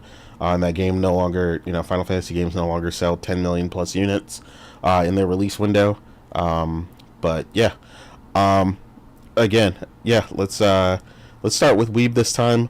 How are you feeling after hearing about these cancellations and this restructuring with Ubisoft? Is it something you're bothered by, or you think it's just par for the course and you kind of seen it coming, or what? How are you feeling about it, Weeb? Well, if you ask me, I've seen it coming. Yeah, I mean, it does not surprise me. And Ubisoft is being Ubisoft, so I mean, if one company is going to do the worst, follow the worst trend in gaming, it's going to be Ubisoft. Yeah, I mean, Princess Persia getting canceled, I kind of saw that coming, because I mean, I think we've seen something, but I think it looked quite rough. Yeah. And it wasn't developed by one of their Indian studios. I'm not entirely sure. It wasn't. not sure which studio, which of their many studios was developing it. But I mean, like, yeah, it felt like they were, um, yeah, going for sort of a cheapest possible remake, and it just didn't work out. And yeah, I mean, it is what it is. I mean, we already got a great Prince of Persia game, I think last year. Yeah. Mm-hmm. So yeah, I mean, it is what it is. I'm more surprised that indeed they didn't cancel Beyond Good and Evil, but at this point, it's like, put it out of his misery. Like the fact that that they didn't cancel is even worse because they're now keeping hope alive. People think, oh, it's gonna come out at some point, and they're probably gonna cancel it anyway. But now we just have to wait 5 years or whatever with no news, and then they're gonna cancel it anyway, knowing Ubisoft. Um, yeah, I mean, sucks for the people who lose their jobs. Sucks for the if there were any interesting games in there that were canceled, especially new IPs, because that's kind of the problem. Ubisoft is well known of milking their IPs to perpetuity, um, Agreed. and yeah, would have been fun to see something new. Though, knowing Ubisoft, probably would be some cynical, uh, service game. Like Rainbow Six or the Division or whatever, and not really a strong single player experience that yeah, most of us crave for. Yeah, I mean, it is what it is. Like, I don't really have strong feelings about. Like, I'm not the biggest Ubisoft fan, so doesn't of course change the situation for the people on the ground, but it also, as a gamer, um, yeah, I'm not as passionate about Ubisoft as I am for some of the other publisher developer combinations out there. So yeah, I'm not I'm not necessarily losing any sleep over it. I mean, it's Ubisoft. They're gonna do what Ubisoft does. Okay. Yeah, definitely agreed. Omar, how are you feeling about all the changes and restructuring going on at Yeah. Ubisoft? So this is the second game Ubisoft have killed that I was excited about. First one was Immortal Phoenix Rising 2. Didn't see the light of the day, and now this one. I'm not surprised that it got cancelled. I'm surprised it only now got cancelled. I thought this game got cancelled long time ago. We heard so much stuff about it beforehand, so much terrible stuff like devs leaving and stuff like that. I'm like at some point you gotta ask yourself, what does the developers behind Beyond Good and Evil have on Ubisoft to the point that they still are working on two? Like that shit should have been let go years ago. They lost so many important devs from it, so I'm legit surprised Beyond Good and Evil 2 is still a thing. And trust me, I love Beyond Good and Evil. I love the first one. I was super excited when the lead came for rumored second one, where you see a grown-up Jade escaping. Like that what I wanted Beyond Good and Evil 2 to be, only for it to be a live action game, which I'm not gonna touch. With that being said, Assassin's Creed Black Flag delay, I'm okay with it. I never played the first Black Flag, so it's gonna be my first time. We have, I think for me, I have way too many games this year alone coming out, so I'm okay with it being delayed. Like if it come, it come. I'm gonna play it. Other than that, yeah, it's still not so much on my radar. Um, the rumored Rayman making a comeback with a remake or a remaster. If it's Legends, then no, thank you. I love Legend, but it's not enough to warrant a remake. Make remake the first Rayman, dude, with new graphic, with better gameplay. Absolutely remake the first Rayman and the second Rayman, and don't you dare put them rabbits in there. Fuck them rabbits. One of the how to kill your franchise by adding these dumbass rabbits in Rayman. Besides that, yeah, no, I read about the cancellation for Prince of Persia, and I wish I didn't read it because it got me so excited because they created a new mechanic where you don't abuse the reward time mechanic, but rather you see it happening in front of you. I don't know how to explain it, but you gotta look it up on Twitter and read. Apparently, it's from an actual developer that worked in the game, and he shared information about how bad they were, what happened, and the fact that they were literally at the finish line, but they cut it out, and it hurt. But sadly, this is the reality we live in. I'm curious what Ubisoft is gonna come out with new IP. Will it be for PS5 or will it be for PS next gen now?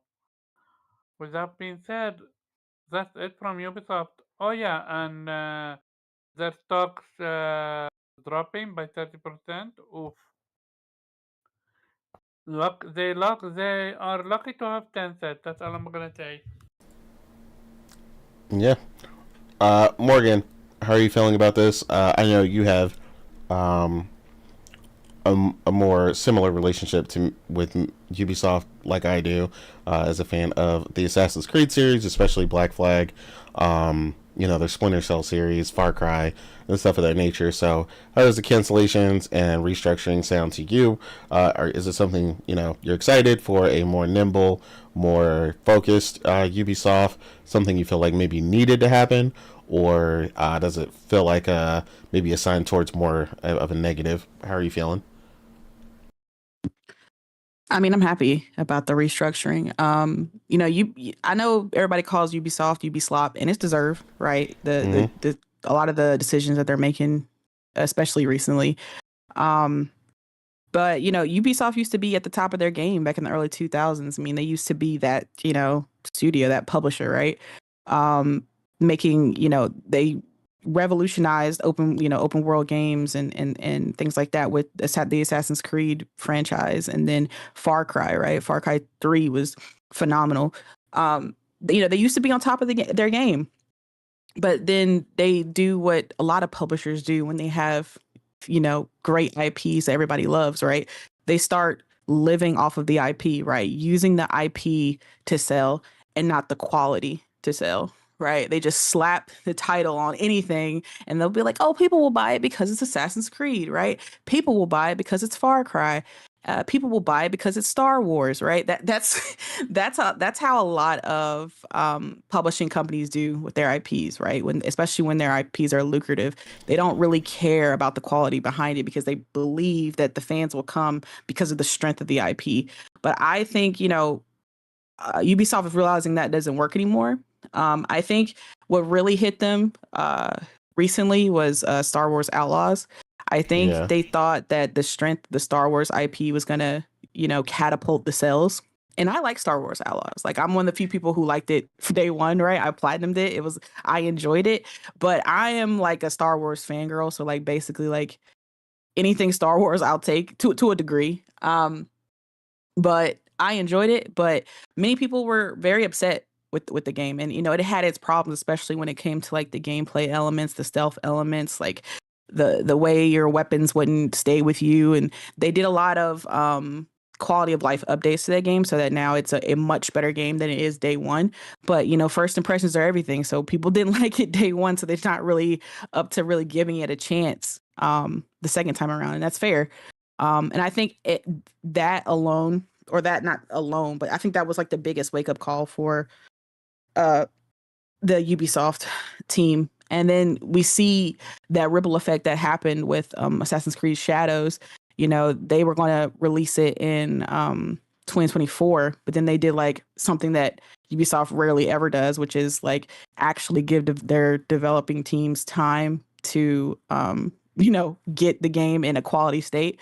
Like, Ubisoft usually just rushes stuff out and they're like, oh, we'll fix it later. That they're that type of publisher.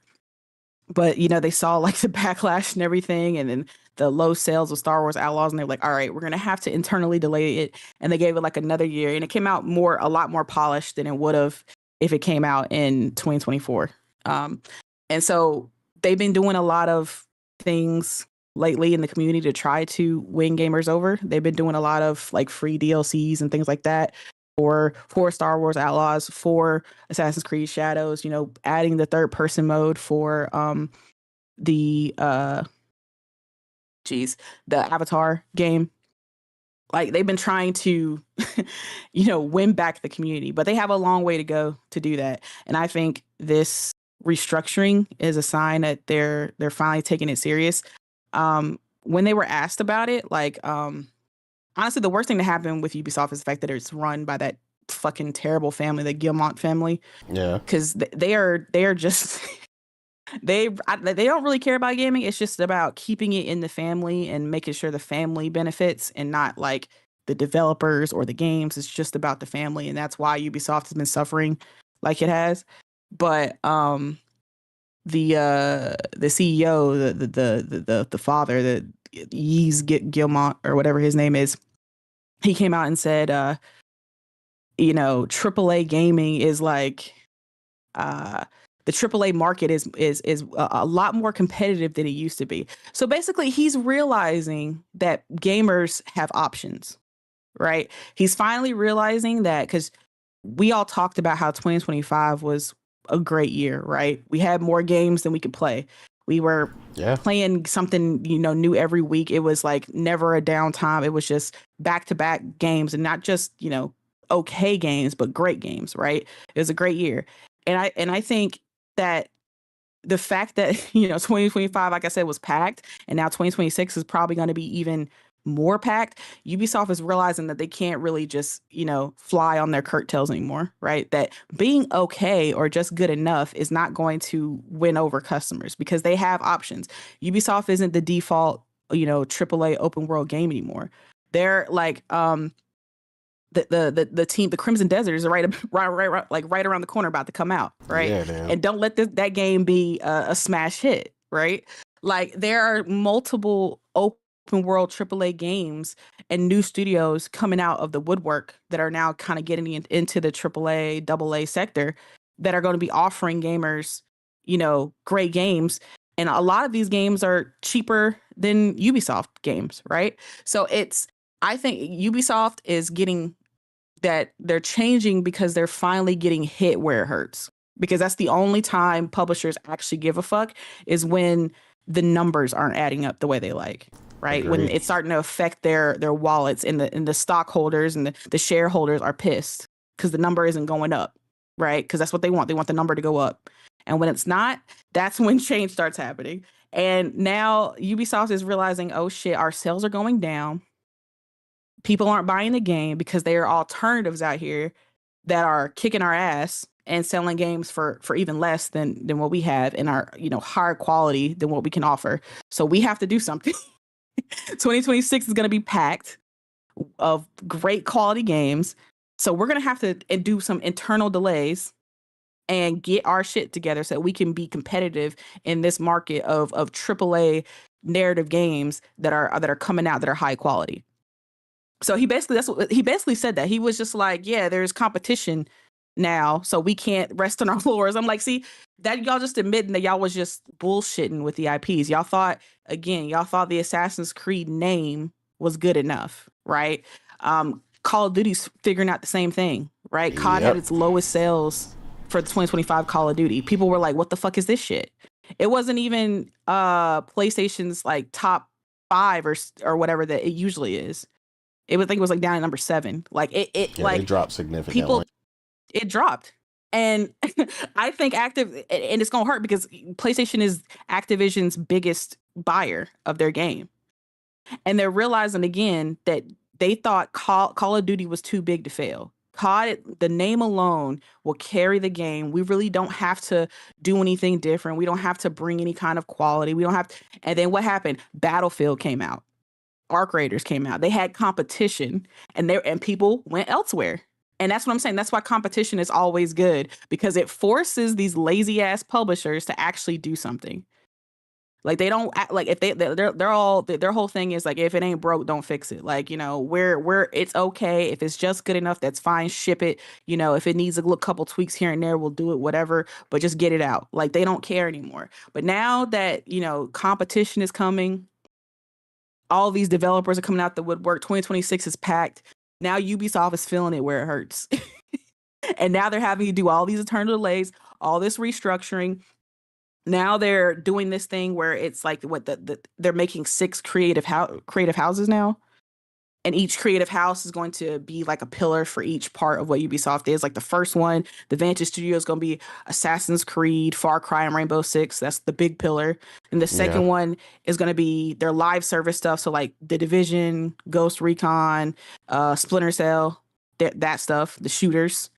And then the third one is going to be like their bigger live service stuff, like For Honor, The Crew, the Riders Republic one.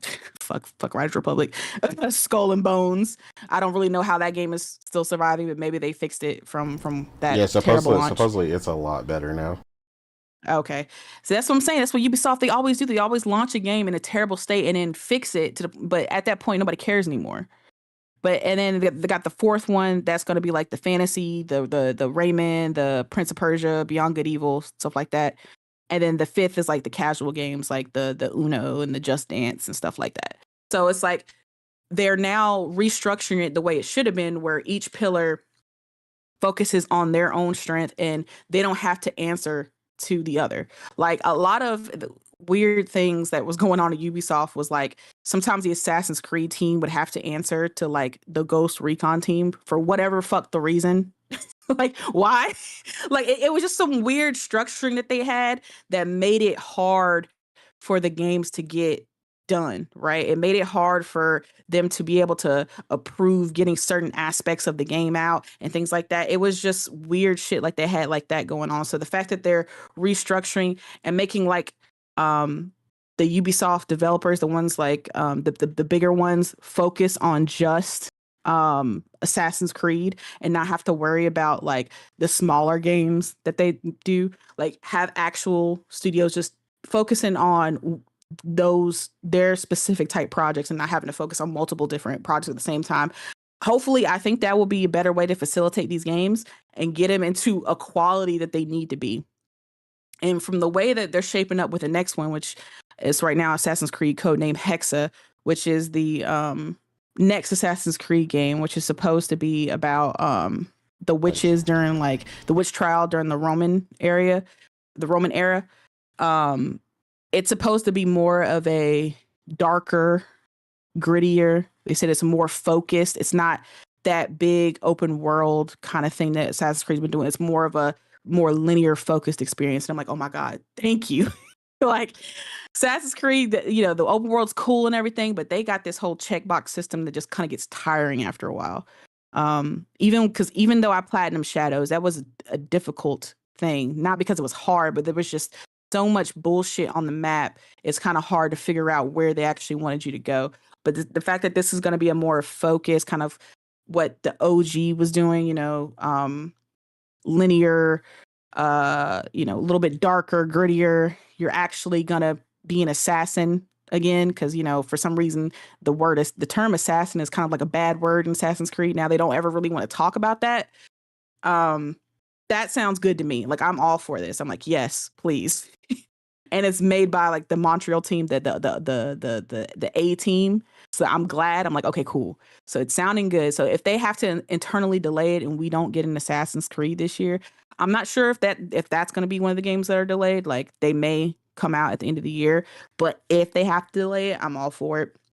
But yeah, I think the one that they absolutely delayed was Black Flag. It is what it is. I wanted Black Flag because that's one of my favorite Assassin's Creed games, but If it needs to be delayed, it can't be helped. Let it be delayed. As long as it's not canceled, then I'll be happy. Yeah, Prince of Persia, like Weeb and everybody said, that was kind of it hurt, but it wasn't really surprising. Like they announced back in like what 2023 that they had to reboot it. Like they initially announced it in 21 or 2020, and then in 2023 they announced, oh, we're rebooting it. Like they had to start the fuck over. So I was like, when they said that, I pretty much knew, okay, yeah, they're probably never gonna release this game. It is what it is.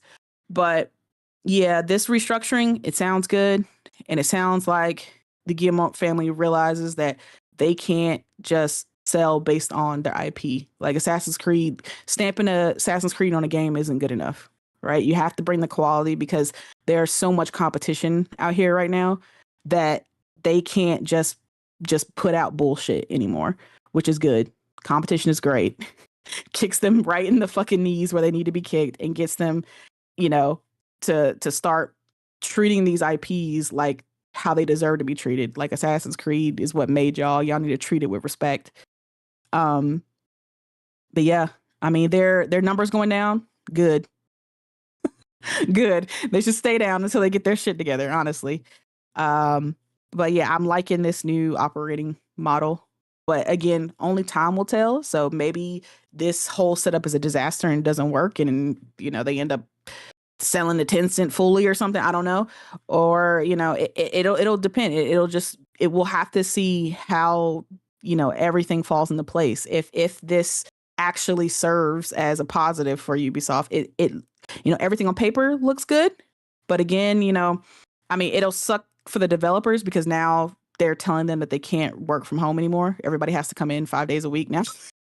So I know the developers probably aren't too happy about it, but they're trying to get people into gear and start people to actually make a quality anymore. Not that the devs themselves are to blame. I mean, they could only do what they're told, but they're just trying to get things in drive and make sure everybody's focused on getting these IPs out good. So yeah, I guess we'll really see how it all plays out when their next IP comes out. So I'm curious. I will definitely be keeping my eye on it. But yeah.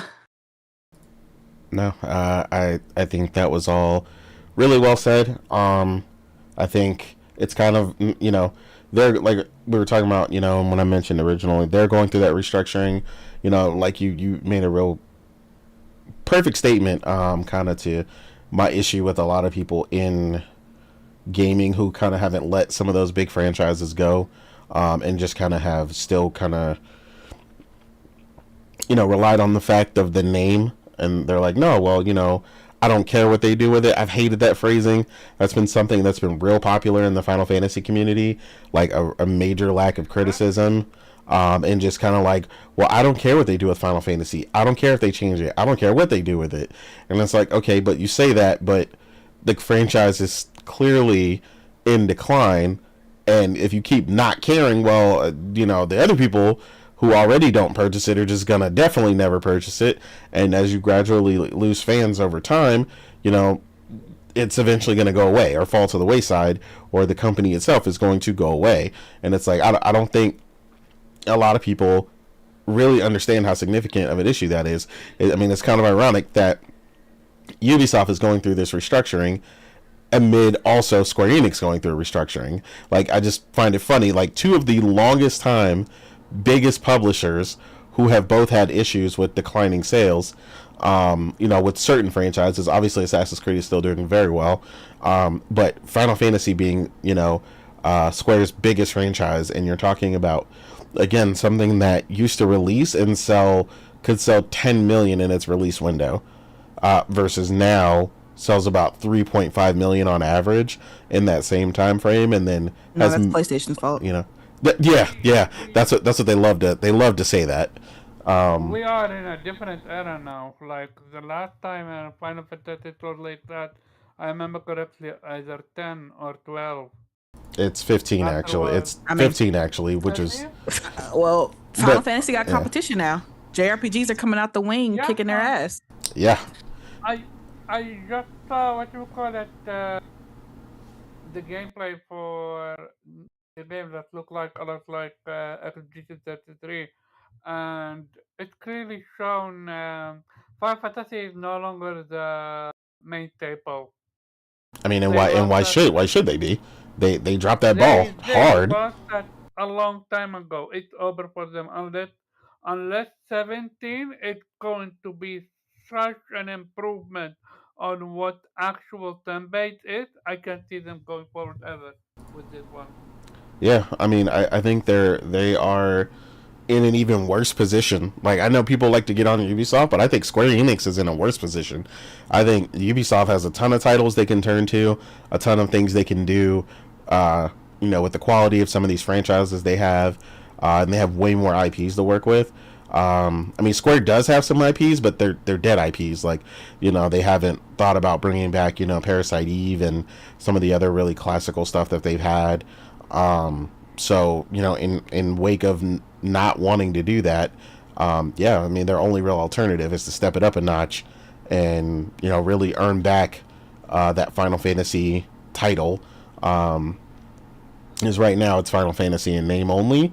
And like I said, a lot of people are okay with that, or say they are, but I'm like, yeah, you're okay with it until it's, dead and gone. And Square Don't Enix worry. is not here. Final Fantasy 17 will be based on House of Dragons. It'll be inspired by that. Yeah, and I was just I was laughing at the stuff. Like, I seen someone who's quote unquote a longtime fan, and they were stating it was kind of funny because I was like, their take on it is that obviously there's the whole discussion about Final Fantasy changing all the time, and this person doesn't even get that's not the issue.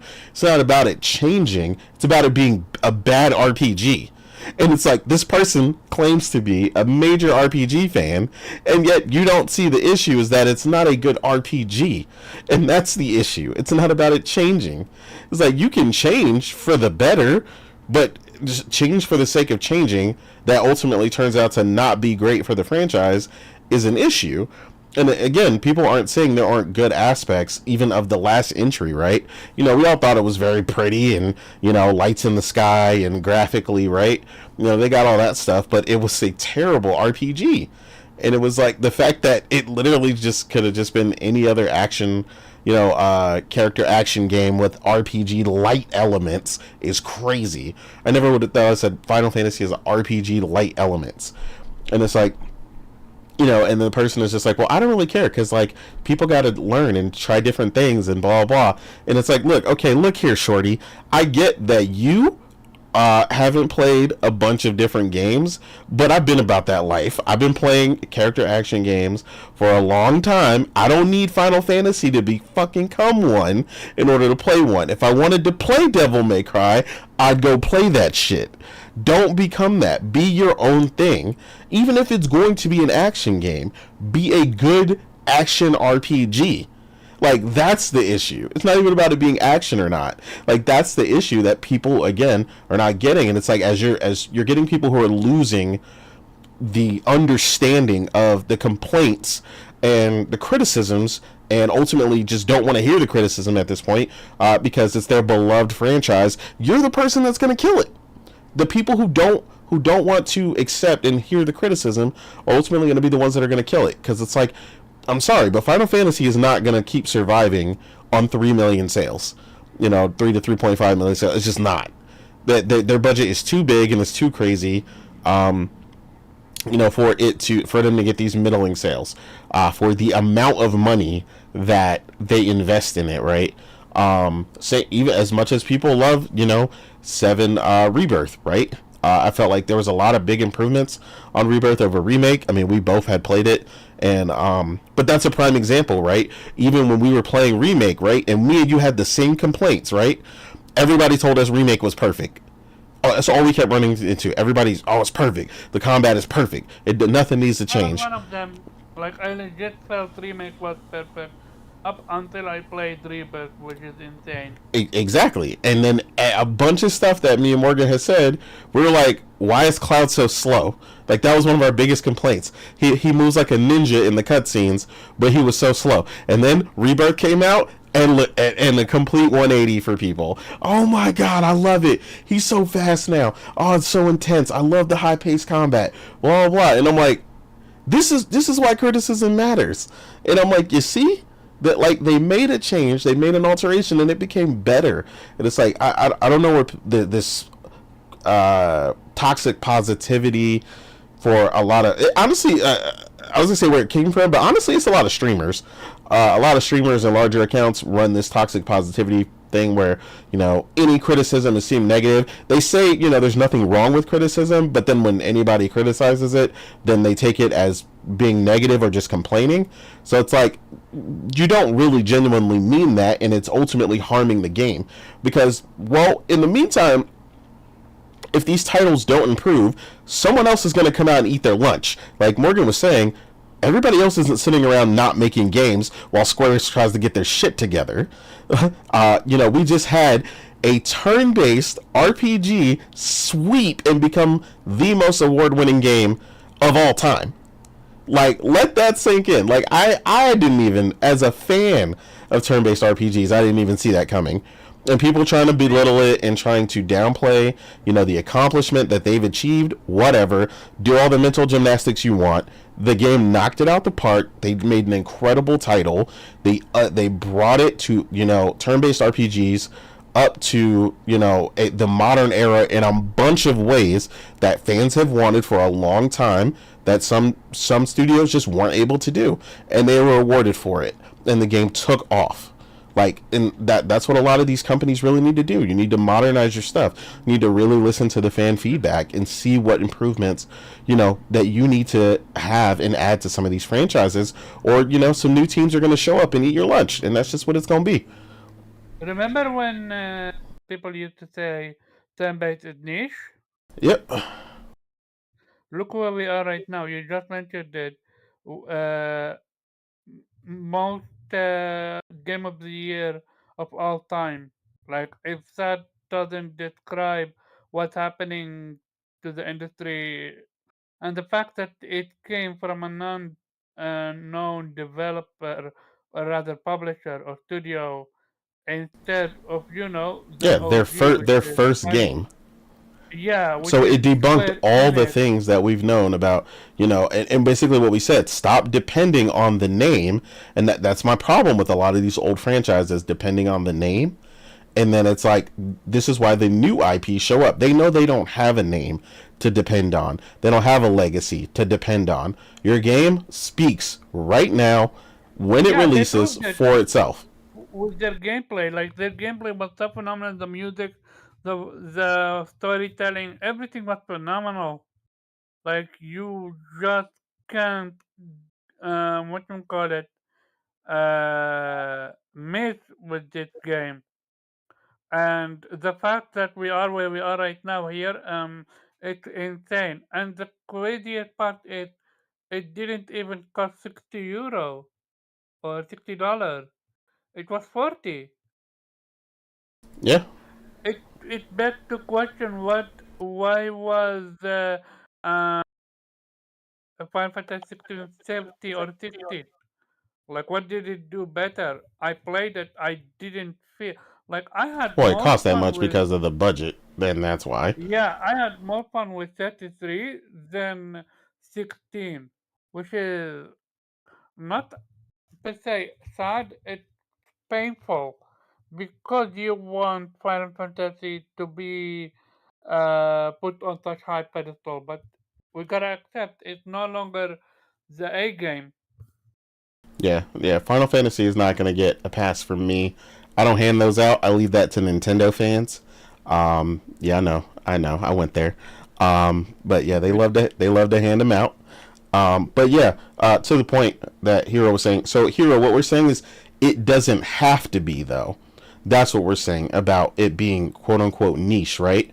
Is that it doesn't have to be. It came out. It's on its way to 7 million plus sales from a new IP. There are new IPs in action games and all these other games that have far more popular titles on average, but they're just made more of them, and they're, you know, more widely made, but they're not necessarily not niche. They're just more of them, right? But what we're stating with the turn base is it doesn't have to be. You can create something that can come out and appeal to a much wider audience and not sacrifice the core of what makes turn based great. That's what we're saying. It doesn't have to be niche. It is niche because of some of the decisions and things that some of the forebears of that genre have done and kind of kept it in a really specific area, right? Like a ton of people love, and like, don't get me wrong, I'm going through this franchise myself, and I think this franchise is great, and they don't have to change it at all, right? Like, I think it's great, but I also don't think its appeal is ever going to go outside of the audience it's for, and that's the Trails series, right? The Trails of Cold Steel, Trails of, Beyond the Horizon, all the Trail stuff, right? People who are into those are going to be into those, and they're never going to go beyond their audience. That is what I mean by, like, those are niche. They're made to be niche. They're made with a specific budget, and that's fine, right? They sell what they need to sell, but it doesn't have to be. The prior year, you had, in 2023 or whatever, we had Baldur's Gate. They arguably even more niche of a turn-based series. CRPG turn-based is even more niche than niche when we talk about, turn-based RPGs being niche. But the series went on to sell like over 30 million for a reason, because when you create something incredible, people gravitate towards it. People will try it. People will be curious. And everybody who played that game didn't beat it, right? The same way, for popular sake, right? Elden Ring sold like gangbusters, but a ton of people, I promise you, that picked up Elden Ring did not beat it. So that's what I mean by say it doesn't have to be niche. That is what I'm talking about. It's only niche right now because honestly, it's tough to make, right? Everybody doesn't have the talent. Everybody doesn't have the skill set.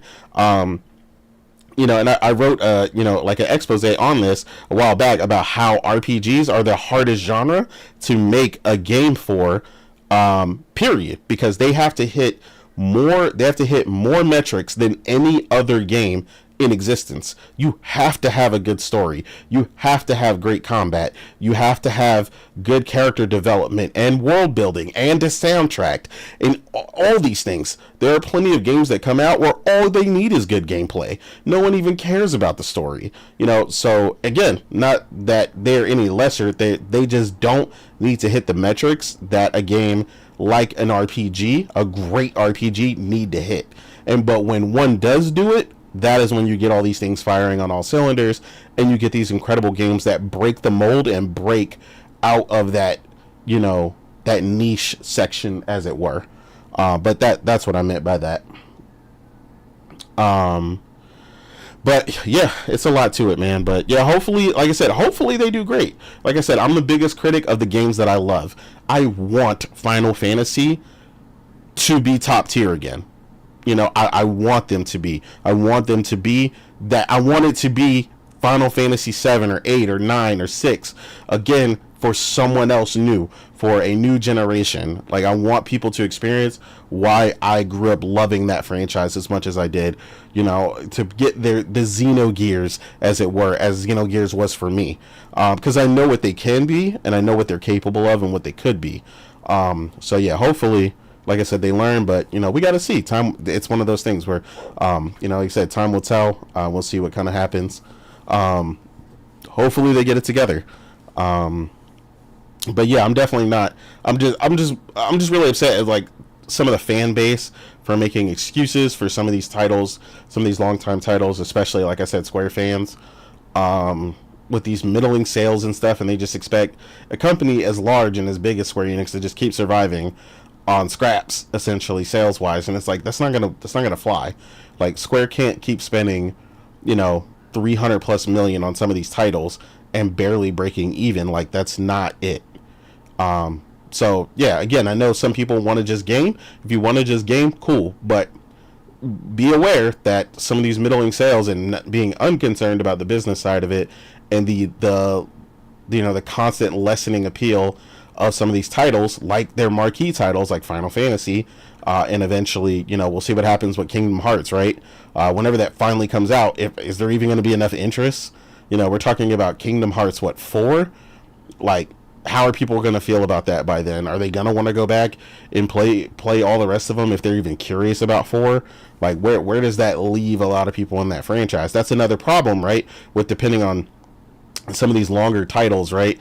Is that you the more you have and the more it depends on the prior versions, you have people who don't want to play your title because they didn't play those games. That happened with even just 2 games. That happened with Rebirth. Rebirth had less sales than Remake, largely because a bunch of people didn't play or didn't finish Remake. So you had like the sales for Rebirth, albeit a much better game, had lower sales because it's a sequel, and that's just 2 games. So yeah, like I don't know, there's an uphill battle, for a lot of this stuff. And honestly, they really need some new IPs coming out of some of these studios, especially Square Enix. They need some new IPs so bad.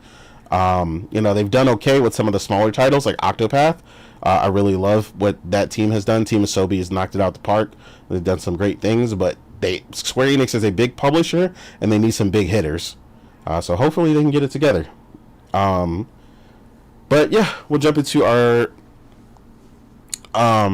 next topic here. This is a rumor. Just to be clear, PlayStation themselves specifically have not talked about this, but obviously amid shortages shortages and supply constraints for RAM and a bunch of other things, the consensus is that the PlayStation 6 launch window may be pushed further out, not delayed. You cannot delay something that has no release date, but you can push back the initial time frame in which you think you may push it out or whatnot. So now we're talking potentially upwards of 2030 for the PlayStation 5 surviving. Personally, commenting on this for me, I wouldn't really care. I think they're really just now getting comfortable with developing for the PlayStation 5. I think we're starting to see some really decent optimization.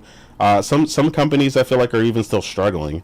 Obsidian is a prime example. As much as I like them, their optimization issues have been a mess lately, where even on PC, sometimes their DLSS isn't working properly and whatnot. And then I know they've the original Outer Worlds Spacer's Choice, from what I understand, is still broken and probably never going to be fixed at this point on PlayStation. Either it had a memory leak or something else going on.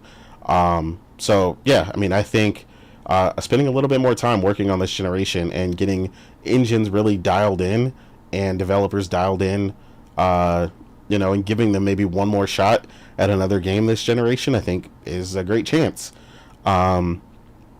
So yeah, I wouldn't really mind. I was one of the people that said I don't think at the earliest that PlayStation 6 was coming out was late 2028. So honestly, you're not pushing it back much for me. And I have the alternative myself, to play on PC for certain games that really just can't cut it or kind of too much optimization wise for the console. So, I benefit there myself. So again, it's not really doing me any harm as far as performance. But I think we're seeing a lot of good stuff like not Ubisoft, but UE5, 5.6 and above, focusing heavily on optimization, and hopefully seeing some results of some of that, the likes of which we saw with the tech demo for The Witcher 4, and seeing what that was really capable of. And hopefully we get a lot more games that can run with that level of fluidity and optimization. I think it's really needed, especially as a lot of people switch to UE5. So yeah, personally, I don't really care. It wouldn't really faze me none to see it as late as maybe, like I said, something like 2030 or 2029. Yeah, I'd be perfectly fine with that. Morgan, how would you feel about a later PlayStation 6 launch, maybe 2029, 2030? Is that something you'd be amenable towards, or would you prefer to have it a little bit sooner?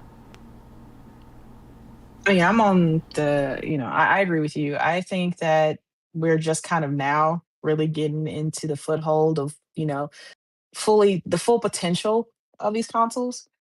We saw some great things with, especially in 2025. You look at Death Stranding 2 and Ghost of Yotei, a couple of examples of, you know, gorgeous games, and those were just exclusive to the PS5. Um, it just kind of shows when you optimize for the console, You Mm-hmm. can get great things out of it. I mean, the performance for both of those games was absolutely phenomenal. Didn't have any problems, any hiccups with either of those games. So and I think they looked fantastic, like some of the best games that we've seen thus far this gen. So I don't, there's no rush for me for a PS6. Like I'm trying to figure out like what exactly they would give, maybe like a locked 4K 60 or you know DLSS or AMD's thing, FSR and PSSR, 2.0 or whatever. Um, but I mean, honestly, I just I don't really feel like there's really a need for that right now. I think um especially when it comes to third party, like they're having enough trouble, just a lot of them, especially when it's with UE5, have enough already enough trouble optimizing for all of these platforms anyway. Like they need to work on making sure that they're given the best port for these games that they can possibly can. And I think adding another console into the factor really won't help with the situation. Because there's a lot of developers are still supporting the PS4, right? The Xbox One. So it's like adding another machine into the mix. It just it just feels like it would just be too much, right? I'm more focused on getting developers to stop making games for PS4. That's kind of what I want because I think it'll lead to better optimization for the PS5 if we can just I get them agree. to stop doing that.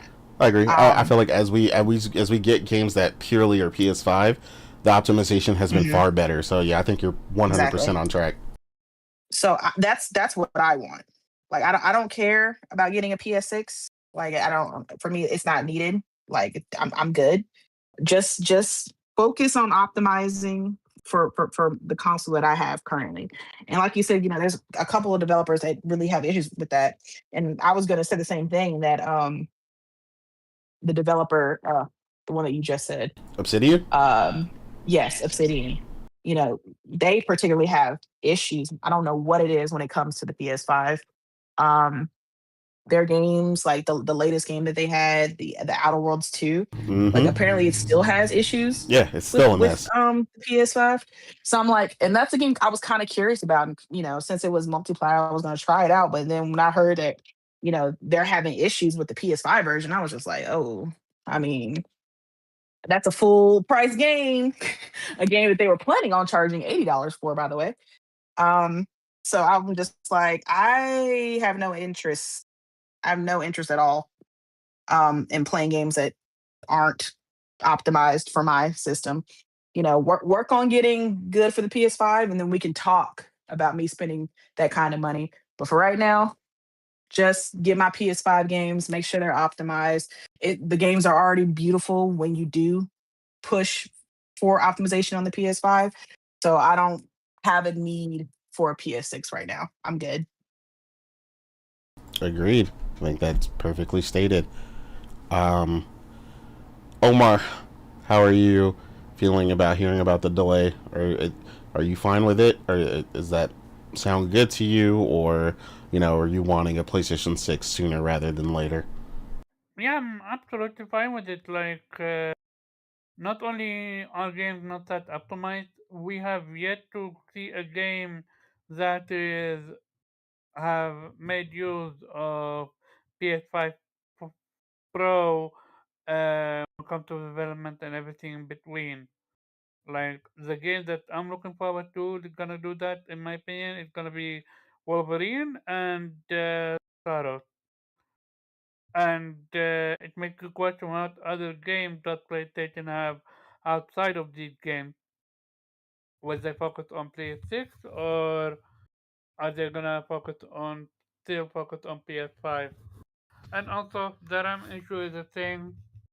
So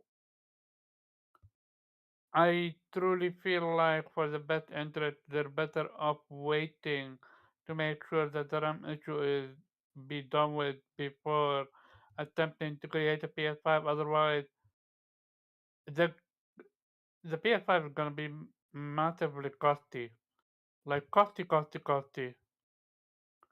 I can see it reaching the €1,000 plus dollars. So I'm absolutely all for no new system. Like, it truly feels like PlayStation 5 have yet to reach its full potential. Oh yeah, I forgot Intergalactic is going to be it for the PS5. Yep, that is still So coming. yeah, like I know we have had a long year, a long cycle with the PS5, but COVID was the thing, and delays and everything in between is the thing. And now that a whole RAM situation, like I'm okay with PS6 being to 28, 29. Heck, I'm gonna stretch it and say even 30. But I feel going to be all about when the Xbox is gonna release its next gen console. Cause I'm pretty sure PlayStation don't want to be the only want Xbox to be the only console that's out there that's next gen. So they're gonna need to, pay attention to that as well. All by all, I'm legit not surprised if this rumor is true. I know again, PlayStation have not confirmed any of this. This is just strictly rumors. But from what we've been hearing on the Xbox side as well, I would not be surprised if both companies delay their next gen. Cool. William, how would you feel, sir, about a later PlayStation 6, be it 2029, 2030? Are you in a rush for the PlayStation 6 sooner rather than later, or you're also along the agreement with everybody else that you want to see more optimization uh, out of this generation and you wouldn't mind the wait? Yeah, I wouldn't mind the wait. I mean, I've already bought two PS5s, with Pro and the original one. So, I mean, I still want to get, my money's worth out of it. And I don't see any need for a PS6 to be released right now. There's so much still, in the pipeline. There's so much you can still get out of it. Like it's not like with previous generations where it's like you can wait until generations to sort of move on because there were so many things where like, oh yeah, like with even transitions to PS4 and PS5, PS4 was fantastic, but we loved the idea of okay, now we have SSD, eliminating load times, better performance, 4K 60. I mean, admittedly, they still have to make good on some of those promises, especially 4K 60. That seems to be still an issue, even for the Pro. Um, but yeah, I mean, it is like the returns are going to be diminishing. Like the six is I don't think the six is gonna blow you away as much as the five is gonna be because even that like the jump from four to five like is in terms of graphical performance is not as huge as was with the three and four even though in terms of absolute compute power there is a massive difference like it's way bigger from the jump from four and five than from three and four but it is, it is in terms of actual output, actual performance. Yeah, there is a ceiling there. Like you cannot keep on making it better and better. It seems to be much more in direction of getting more performance out of it. Getting closer to that. 4K 60 plus ray tracing. You know, that's sort of what they're aiming for, and that's fine. And that's sort of like I don't need my games to be photorealistic because I mean then I'm watching a movie, right? There needs to be a level of um, separation there, which is incidentally also seems to be the problem why a lot of special effects of Hollywood movies seem to suck now because they've been switching to Unreal Engine at it seems to be the explanation why they are looking more and more like you're playing a video game. But I mean, that's a different discussion. Um, but yeah, I mean, I'm good with them delaying. I mean, it's no surprise. I mean, I don't think just the RAM Rampocalypse is the reason why they're delaying it. I think that they're already planning it, because of the fact that they're sort of like, yeah, we're not really done yet. I mean, we still got plenty of games in our pipeline. We see the transition from 4 and 5 has been much slower than they. I think they're sort of like, okay, we want to have critical mass that's on the PS5, and that we've got most of the people, most of the stragglers that are sort of still apparently waiting to actually move to the PS5. And yeah, I mean, certainly they're looking at what the competition is doing. Even though, yeah, I mean, with Xbox, like the problem with Xbox is that they can just drop PC next year, Mm-hmm. and just slap an Xbox sticker on and say, "Hey, it's a console," and they can still sort of hype. But yeah, but we didn't say they were going to release a gen console, right? We just said, okay, we're going to release more hardware. Well, here you go. You got the Rock Ally, but basically the Xbox box. So it is. So I don't think they're necessarily rushed there, and even if Xbox comes out with something, they don't really necessarily need to respond there. Um, Yeah. but yeah, I mean, look, of course, when the 6 comes out, if they're just gonna stay, hold the course, and just release a traditional console next generation, um, I'm gonna, yeah, the way that they've treated me this generation, I'm bored with it. But I don't really need it to come, yeah, anytime soon. Like, I'm very content with what I have. My backlog has never been this big. It sounds very sexual if I say it like that, but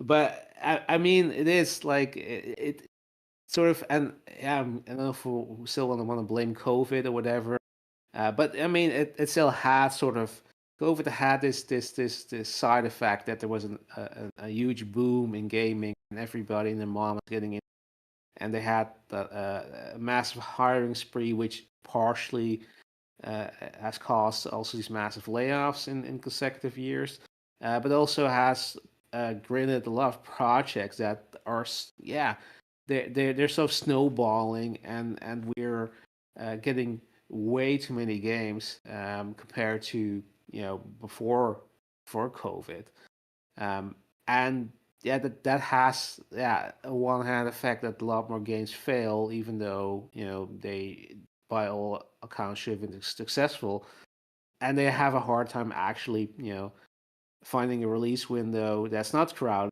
because every release window is crowded. It's now basically, okay, as long as it's not GTA 6 release window, yeah, it's fine.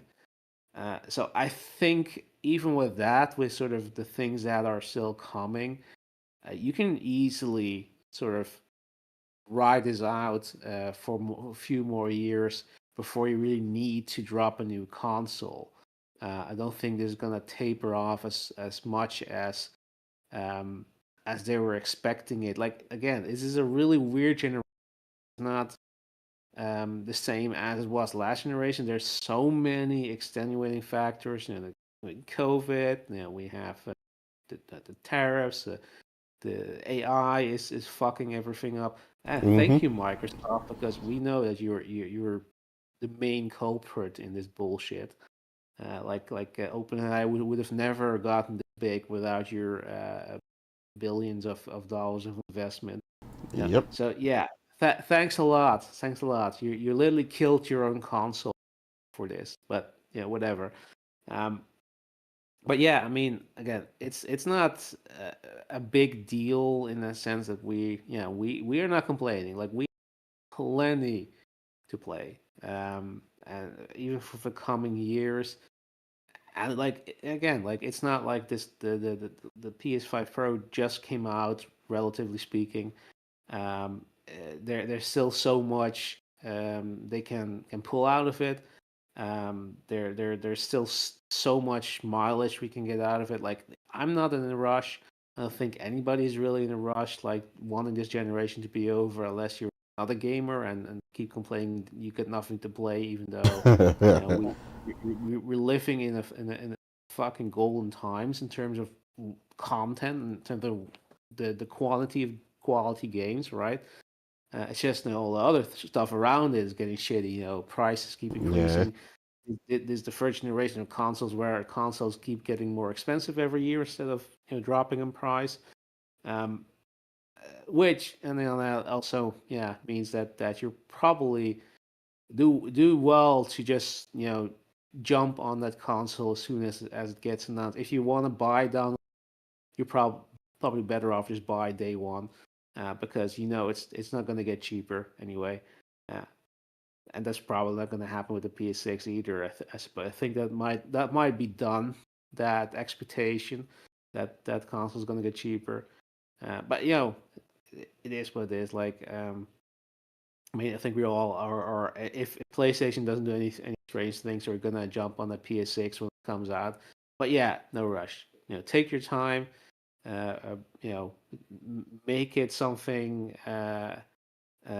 incredible, and and build up that pipeline. Build up an impressive launch lineup, Agreed. and make your plan for for whatever you want to roll out in years or in the PS6. Like go in there prepared, and give us great experiences. Like, and again, don't be in a rush. Like, we're fine, we're good. This is like no time to switch, to get new hardware with all this price hikes and all the bullshit is going. So yeah, we're good. So I'm I don't have an issue with them delaying it beyond what we initially thought was going to be the release date. I'm fine with it. No, yeah. No, yeah, 100% agree. I think also, like we said, I mean, you made a statement, graphically and stuff, like we're kind of hitting a really specific threshold. So it's like the longer we wait, the better the results are going to be for that kind of stuff. Giving them more time to build up that lineup and so on and so forth. And also, I mean, this generation, like you said, it's the golden era of variety. Like, I mean, right now on screen, Morgan's Jam, Inconbini, is Yes. on screen, and that is coming very soon. So I know you are excited to run your Japanese convenience store. Oh yeah, get my convenience store, get my 7-Eleven on. Yeah, like, so, I mean, look at this, like, on screen right now, the creativity behind some of these titles. And, like, I never would have even thought of this, right? I've always liked the idea of these places. This is just something that's giving me a whole nother idea, right? About it's taking something that's even already existed, right? Almost to a point, like you played Gas Station Simulator, but then this is taking it and giving that Japanese flow and that whole entirely different experience about what it's like to be at a convenience store in Japan and how significant that is. And when you work there, how things are presented. You can see the way she puts stuff on shelves in a really specific way. There's so much to it, and it's like, I think having this longer generation on top of that gives us so much room for creativity, as indies and much smaller studios, I feel like, are thriving more and more as the tools are becoming more affordable, and they're allowing them to create these smaller experiences and these different variety of experiences that are giving us gaming and gameplay elements that we've never done or never had before. So yeah, I think honestly it's just thriving. This generation is incredible, and there's no problem extending it. Like, what would a PS6 do for this game? You know what I mean? Like, I don't want it to look different. Yeah. It's meant to look this way.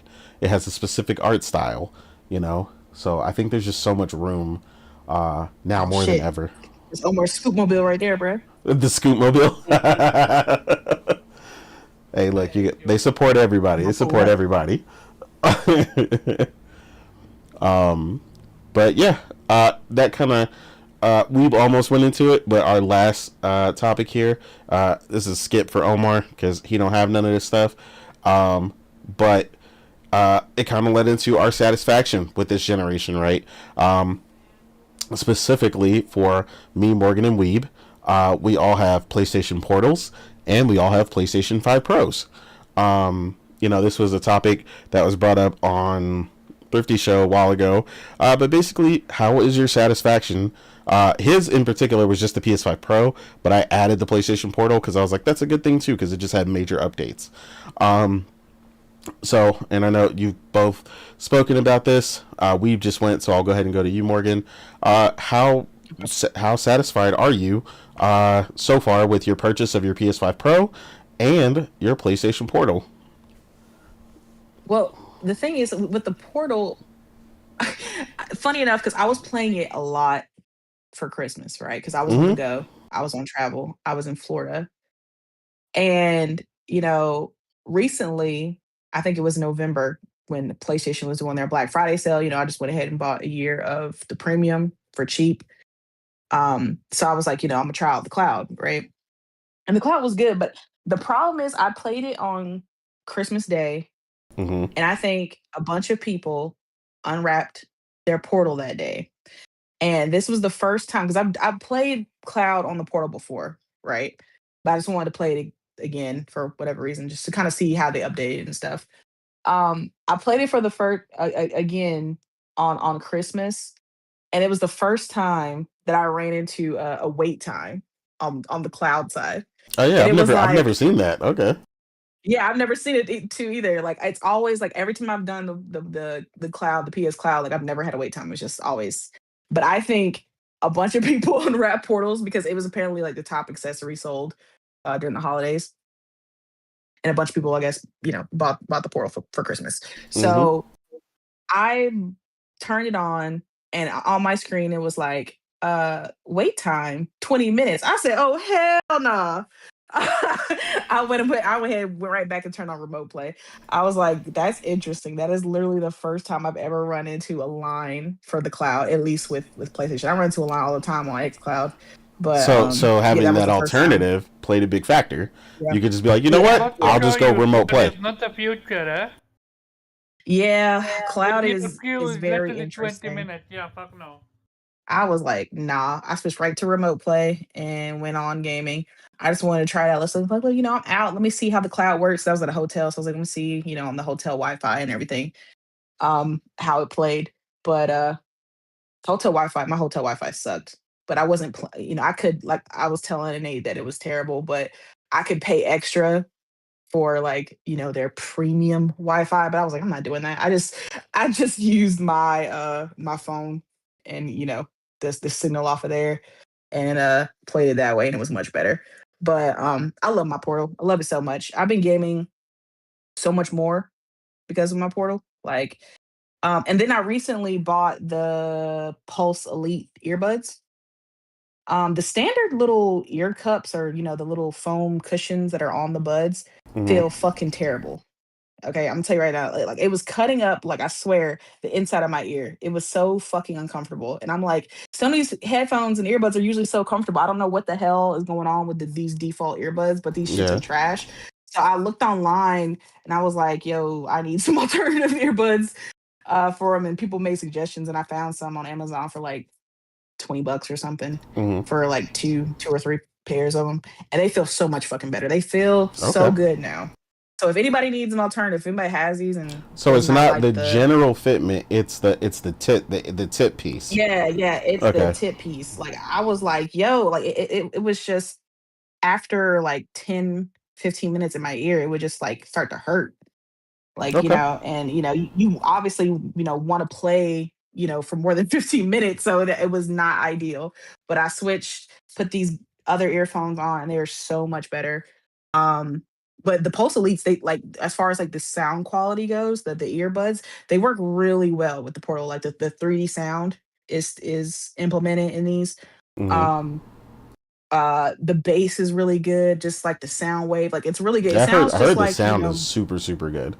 Yeah, it sounds just like my, over the ear headphones that I use to play on my, my PS5. So they sound like so good, and they work really well with the portal. They have the whatever button that PlayStation has for the pairing system that they use. It works really well. The only thing I hate is like the battery life's kind of like low. It's only like 4 or 5 hours for these buds. But I think they're Okay. trying to get it to match like the portal battery. Like, oh, your portal's dying, and so are your Well, they're earbuds. also So, noise canceling, aren't they? um, I thought they were. no, I think Okay. those are the other ones. The other Sony hit earbuds are noise Oh, canceling. okay. These aren't. Gotcha. But these do have the two-way connection, so I can connect to my portal and my phone at the same time, which is nice. Um, but yeah, sound quality is really good. Bass is really good.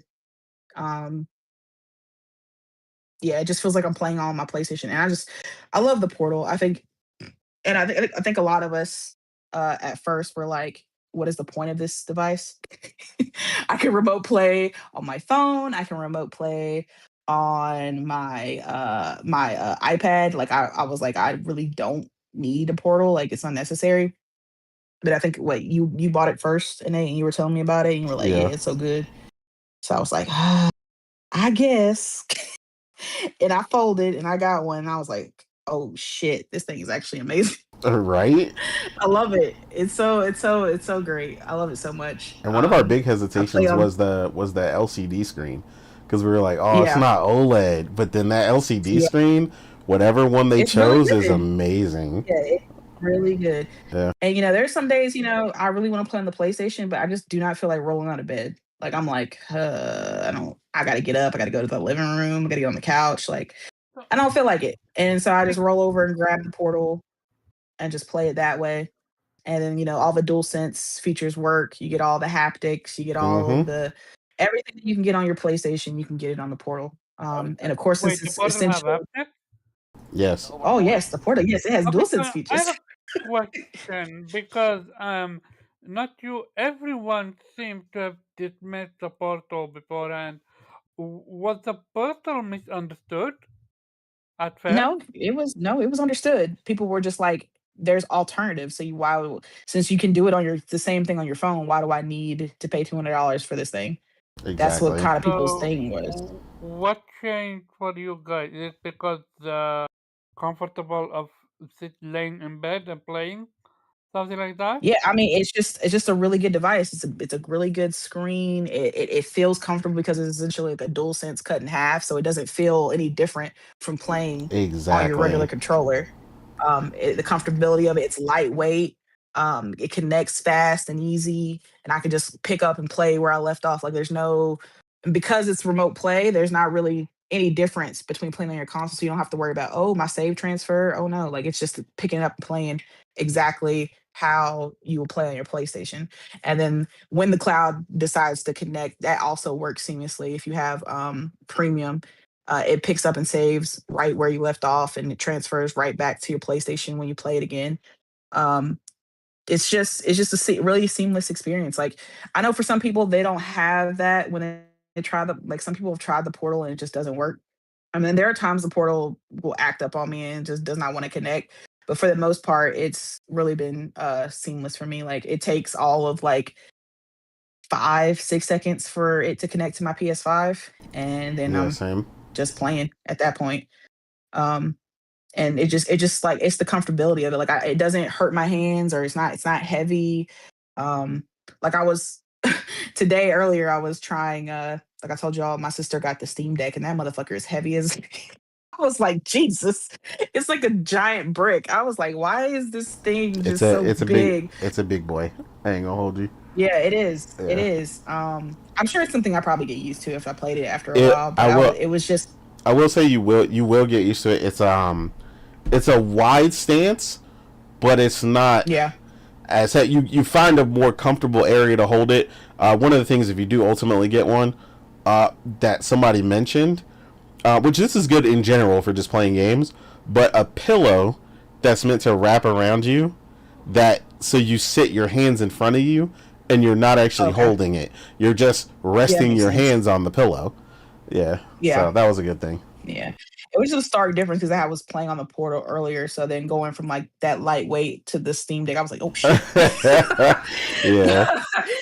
But yeah, I really the Portal turned me into a believer. And I think it's a really cool way for people to, have access to PlayStation games, and especially with the cloud update now, you don't really need a PS5. Of course, not every game is on PS Cloud, like to make that clear, but it But does most of have them like are, yeah. when I was yeah, but when I check like the list of games that are supported on PS Cloud, like all of like I think every single game that I played in 2025 was on PS Cloud except I think Death Stranding 2 wasn't on PS Cloud. So that was like literally the only game that I couldn't find on the cloud, but I'm sure Kojima will add it later.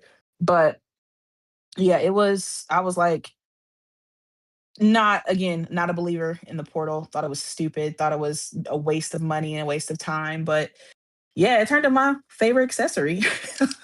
So I cannot complain. I love it. I love it. I let my brother try it, and like last year when I was over my parents for like Thanksgiving or something, um, and he was like, I had to basically pry it from his hands. He didn't want to give it back. And mind you, his PlayStation is in his room, so he plays on his PS5 all the time. And he was like, "Damn, where can I borrow this?" I'm like, "Sir, you literally play on your bed. Like, why do you want my play?" He's like, I mean, it's just closer to my face. It's just easier. But yeah, he loved it. He was like, "Oh man, this thing is good." And I was like, Yeah. "Yeah." He was like, "It's." He didn't believe me when I told him it was connected to my PS5. He was like, "It is." I was like, "Yeah, it's playing on my PS5 right now." Because he doesn't really do know much about like remote play and stuff like that. But yeah, and then my sister was using it for like a month straight because she loves handhelds, like I said, and she enjoyed the Portal. But then she got her Steam Deck, so you can't say nothing to her now. She's been playing that thing nonstop. Um, but yeah, the Portal is fantastic. I love it. It's my baby. I just wish they had sold it in black day one because that's what I would have I know. got. Yeah, I'm super I hate that they jelly always do that. when I see I'm like, people with the damn. black one on social media, and I'm like, I hate you. Yes. PlayStation always does it. They'll like release that one color wave, and then like 3 months later, like, oh yeah, here's this other one though. I'm like, okay, but that's the one I wanted. Exactly. Thank you. Cool. Bet. Thanks, PlayStation. Yeah, I almost gave my nephew mine and was like, here, Merry Christmas, and stuff, and so I could get myself, justify getting myself the black Yeah. one. No, I literally for Christmas I was looking around for the black portal because since for holidays it was like what $20-30 Yeah, off, it and I was was like, you know off. what, Yeah, I'm gonna trade in my white one and I'm gonna get the black one. But of course, everybody and their mom was buying the portal for Christmas, so like I went to like 2 or 3 different Targets and a Best Buy, and they were like, yeah, we're all sold out. I'm like, whatever, man. It's just not meant to be. Whatever. Okay, fine. definitely, it happens like that. Um, but yeah, so I mean, you mainly spoke about your portal. Um, you get a little bit about the your PS5 Pro, The Pro's but good, but it's like the support for it though is just kind of weird this generation. It's like so hit so or you're miss. so you're And I don't looking forward to the future promised update with PSSR 2, which should yeah. have better implementation, better support. See, it's So not just that though. okay, It's not just that. It's just that devs don't really feel the need to do PS4 Pro or PS4, PS5 Pro like updates and support. Like I don't know why, because we just got recently news that the PS5 Pro is like on the same track as the PS4 Pro was, right? yeah, the And that's percentage. kind of the thing that's the kind of the thing I thought was the issue. I was like, maybe it's just like there's not enough PS5 Pros out, so that people don't really feel the need to implement it, and maybe that's why. But the fact that they're basically on track with the PS4 Pro kind of refutes that point. So I'm just like, okay, maybe it has to do with the development cycle, right? The development cycle is a lot different than it was during the PS4 Pro era. Like we know, like development, especially since COVID happened like right at the beginning of the generation. Things change, developments change, people work from home. We have UE5 now, which is a whole issue among itself. I think that all of those things coupled together has kind of been why PS5 Pro has just not gotten the support that it deserves. And devs are like we were just discussing how devs have trouble enough optimizing for like the PS5 and the Xbox and everything like that, right? The optimization issues, the frame rates not sticking, stuff like that, that they're not even bothered to do the PS5 Pro, right? Like if you can't even get it on the baseline, why would you bother doing a PS5 Pro port, right? Yeah. So I think that's kind of the issue. I think because optimization issues are just so rampant right now that their main focus is just to try and get it on the base first, which is usually why when we do get PS5 Pro support, it'll be like a patch later down the road. They're like, oh yeah, we've added PS5 Pro support, right? Like the one game that I was looking forward to having it was freaking Cyberpunk, but I don't know if they're ever gonna do.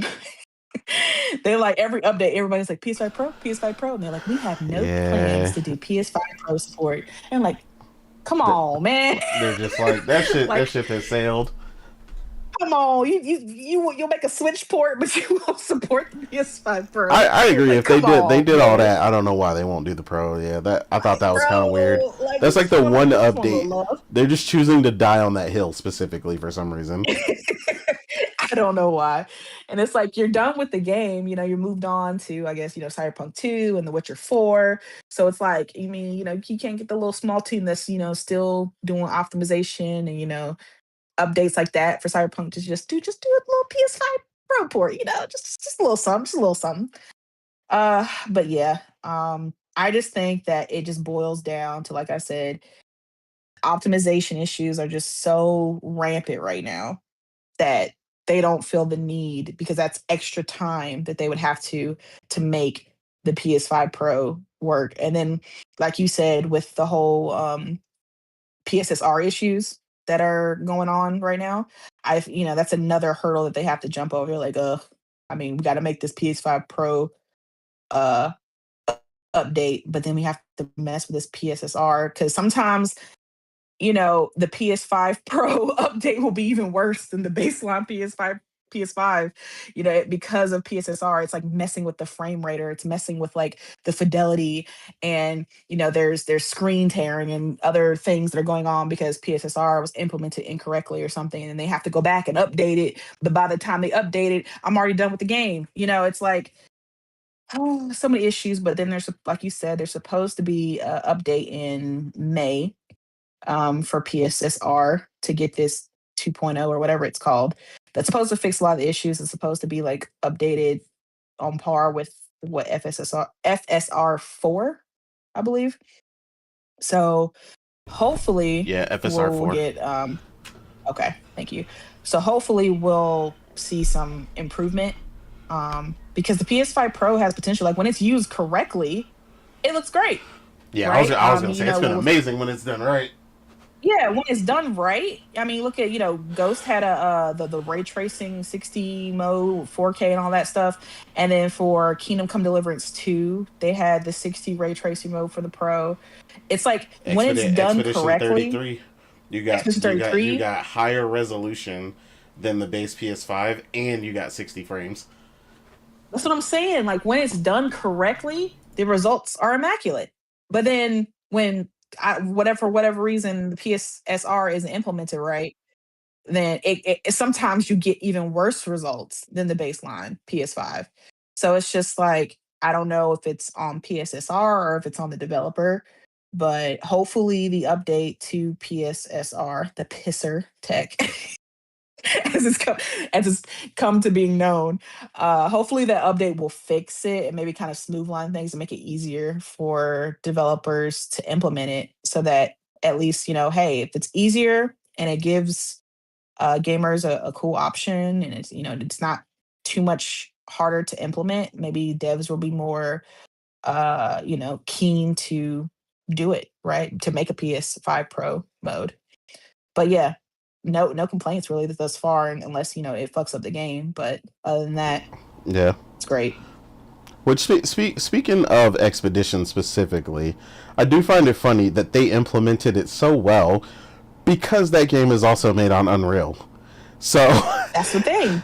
It's like, an Unreal 5 game, but it runs great, right? yeah, like that team, like I said, again, shout out to Sandfall. You know, that team put a lot of bigger dev teams and stuff on notice, man, because again, I know some people like to downplay, like I said, the accomplishments of that team. But again, like we stated, they also ran UE5 like a ton of other teams and teams that have much bigger, more seasoned development teams, and they still can't optimize correctly, and yet they did. So it's like, what is in the sauce, you know, in France I with these think devs, man? I also think it's a mixture for specifically for Expedition 33 is that they didn't have to answer to anyone. Yeah. So they were able to work at their own pace. And they didn't have to meet deadlines like, oh, we need this game out by in 3 years. So you guys have to hurry up. And regardless of whether it's ready or not, just send it out and then we'll fix it later. Like they got to release it when it was ready. Right. Yeah. Like, okay, the game is ready now. We can show the game and we can release it and there's no issues. Like that's how it's supposed to be. But I think UE5, the issues wouldn't persist if the publishers weren't pushing the devs to work as quickly as possible and get the game quickly as possible, just so they can Mm-hmm. meet these internal metrics. I feel like, because when we look at certain games that are UE5, like, it'll be like a year after the game is released, it's finally up to par. Because it's like that's when it should have released at that day. It shouldn't have came out a year earlier. It wasn't ready. But, these publishers just care about the dollar sign. So That is very true. And then we will go over to Weeb. How has your experience been, sir, thus far between your PlayStation 5 Pro and your PlayStation Portal? Also pretty good. I got a Portal, when they were doing that anniversary edition pre-order, which was sadly the only thing fuck you, Weeb. Well, fuck you. You have the pro anniversary edition. Morgan Greedy, she won it all. Right. She won it all. Won it all. Yeah. I got the consolation prize. Come on, man. You're right. I'm sorry. Yeah, but it is a beauty. I can't deny it. But yeah, I mean, I'm also was quite surprised because I'm not really a fan of streaming my games, but I mean, I've got plenty of mileage out of it. I generally take it with me when I'm not home and like visit my parents or something. And yeah, even this Christmas break, I was able to continue playing a game that was playing on my PS5 on my console. I was like, yeah, I wanna finish that game rather than just play something else, and I could do that, and it mostly went well. I mean, there was still some lag occasionally. I noticed that could be the internet at my parents' place. They don't have a very high bandwidth, but I don't know. But yeah, I mean, but it was manageable. Like it wasn't undoable. Though I probably wouldn't recommend playing a Souls game, whatever, on it. But yeah, and yeah, I mostly just use it for playing off my console. Like I'm not. I've tried out the basically streaming directly with PlayStation Plus. But I've not used it much because generally, like most games on there, like kind of the reason why I have it is that you can just play games from your console rather than when you're not at your console, you can still play them when you're not home rather than having to switch to something else. So that's why I generally also won't switch to anything in the streaming servers because I have other games to play. But yeah, I mean, so far I've had surprisingly good experiences with it. It is indeed very comfortable, perfect form fit. Yeah, like Morgan said, is literally just a dual sense controller split apart with a screen, which also really looks good, even though it doesn't need an LCD. and it's big. Like that's what I like as well. Like it's probably the biggest I think of all the handhelds, or at Yeah, least that screen the is one. big. It's Oh yeah. big and Yeah, beautiful. Yep. absolutely. Like it's perfect for whatever game you're playing on your console. You could just perfectly play it on Portal without missing a beat. So yeah, I do generally like it. I I don't I I don't really have I've did play it a couple of times in bed, but generally like I'm not lazy enough to not come out from bed. So I'll just generally just okay, fine, but I wanna play on my big screen, and just roll over to my couch and just never leave that couch for the rest of the day, and just play my game there.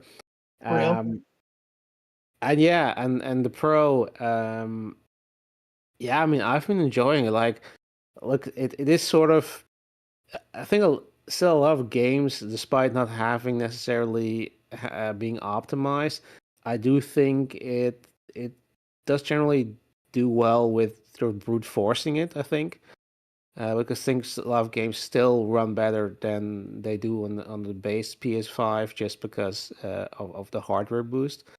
And this is a significant boost. Like, don't kid yourself. Like, it's a massive difference compared to the original PS5, PS4 Pro. Um, yeah, I mean, you're kind of buying it need for the promise, like for the potential. Like, okay, I don't want to play compromised. Like, even if it's like just the Sony games. I mean, these games deliver but these games will also have you choose between 4K 60, um, or like yeah, or with ray tracing, or you know 30 or without ray tracing, 30 with ray tracing, something like that. And here you have like more options, and you can kind of I mean, they're still in a compromise, but you can kind of do you have to compromise less, and certainly with the way the PC market is going with these massive price hikes, with RAM prices going through the roof, like I think the Pro is definitely going to be more and more viable alternative. And yeah, there's some games that are not optimized or poorly optimized, but yeah, I mean, it's very clear they're working on it. Very clear that their next release is gonna fix a lot of those problems. Um, Even though I hadn't really experienced many problems. Maybe I'm not playing the right games, or rather the wrong games. But I mean, I've thoroughly enjoyed it so far. And my only gripe really is, yeah, where are the fucking plates, Sony? Come on, it's been long enough. Like, I mean, I've had these beautiful, galaxy purple plates on my OG PS5, and of course they don't fit anymore. And like, where are those purple plates from PS5 Pro? Come on, man, release them Yeah, already, I agree. because that's the only thing missing. I mean, it's still a beautiful thing, but it feels kind of like I want to customize it, and I need like these official plates with the tiny PS5 logos grafted in them. Yeah, that's the only thing I'm missing, and that, yeah, it's cosmetic, so it doesn't change anything on the yeah, performance side. But I mean, yeah, I mean, I'm enjoying it. Like, I would really want to go back to the base PS5, even though it's still a fine device, and yeah, probably the differences are negligible, I think, across the board. If you think about a total amount of games that you can play on it. But for those games that really matter, those Sony exclusives, and probably a couple of good, like you said with Expedition, like I I had like I had such a blast with it, and I mean, I didn't even pay attention to what I was playing it at, like what sort of mode I was playing it. But I mean, it is absolutely fantastic that you can just at least have have a chance of putting a game in there, and it's going to be playing uncompromised. You can just have an optimal experience, and you don't have to worry about okay, yeah, you have the console version and it's 30 FPS because they couldn't make it work.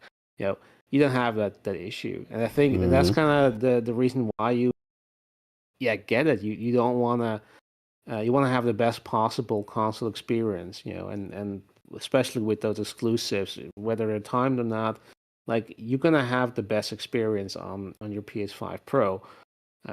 Period. Whether that's enough for you to decide to upgrade, that's entirely up to you. Though I think for like if you were planning to buy it, I would say buy it now before Sony's gonna also announce further price hikes, because they're never gonna yeah the RAM apocalypse as a excuse to rack up the price, and they probably have to at some point, because they stocked up a lot of RAM, but at some point that's gonna run out, and they're gonna have to you know pay market price, and that's probably gonna hurt. So Agreed. I'd say like it's well worth the purchase price. Like I haven't regretted it ever since I bought it. No doubt. Yeah, it's for me. Yeah, I'm pretty much in the same place. The few games that have had issues are not games that I've played on it, so I haven't really run into that issue. All the games that I've wanted to play on it have played much better.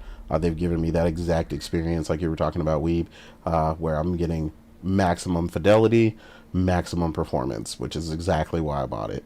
And with the PSSR 2 2.0 update, implementing it better and easier for devs to include, and obviously they would definitely highly be focusing on the main issue where that tends to come in is with UE5 they'd be working closely with that. So I think in combination with the updates and everything else, like I've had a ball with mine. It's been great, not only for titles that have newer titles, but titles I've gone back to that I might not have finished. That now I get better performance, better resolution across the board. Like Ratchet and Clank and so on, benefited pretty significantly from it, and that's one I have to finish still. So yeah, it's been great for me. And yeah, my only gripe right now is really the plates.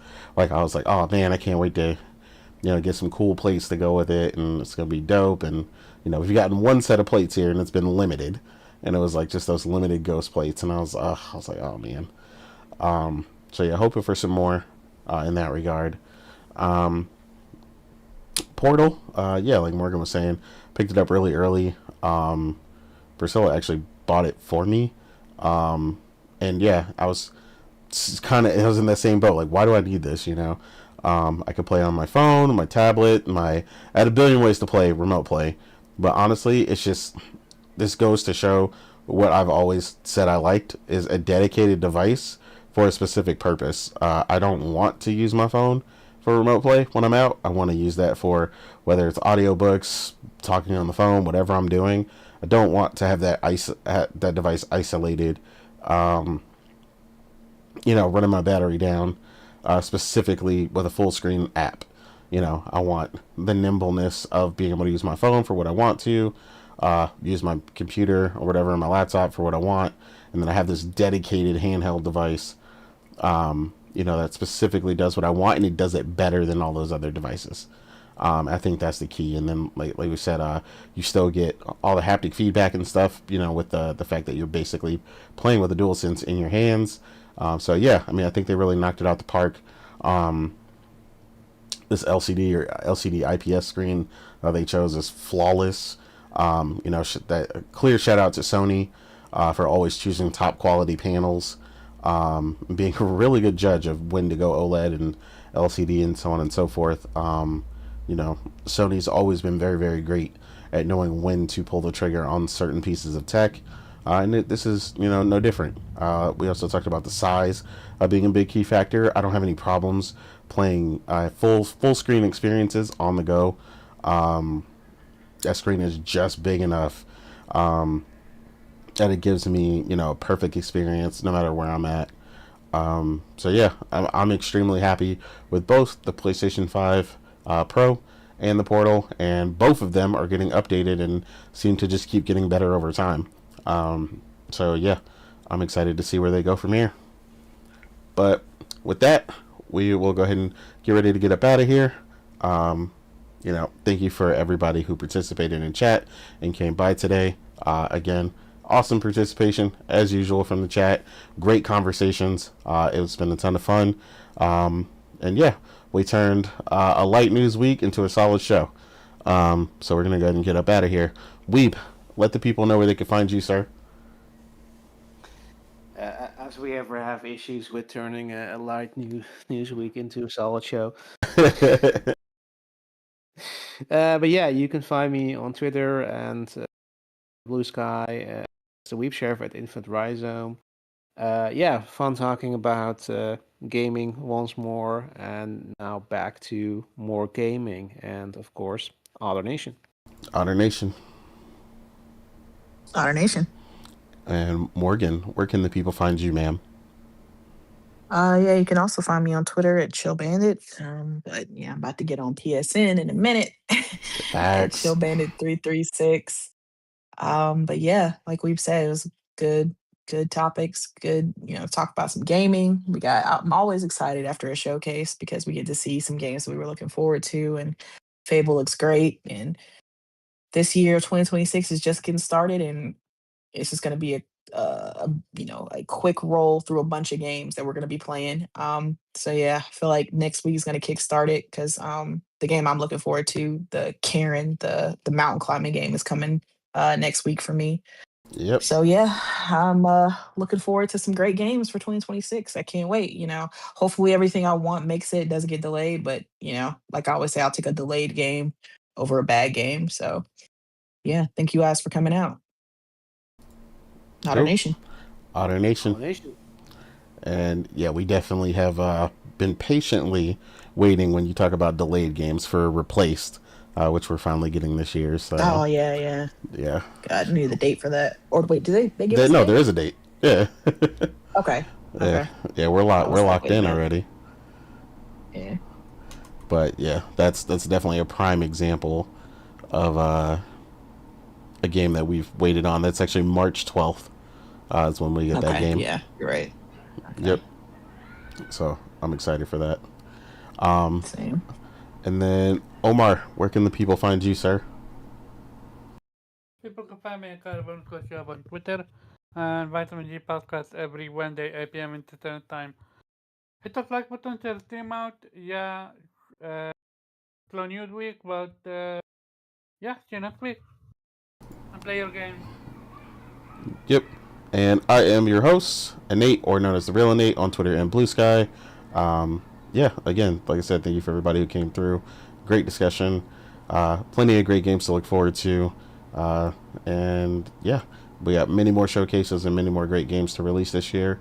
So yeah, keep enjoying that backlog in the meantime. But yeah, this year is going to get cranking really, really soon. But with that, we're going to get up out of here. Otter Nation. Other Nation. Otter Nation.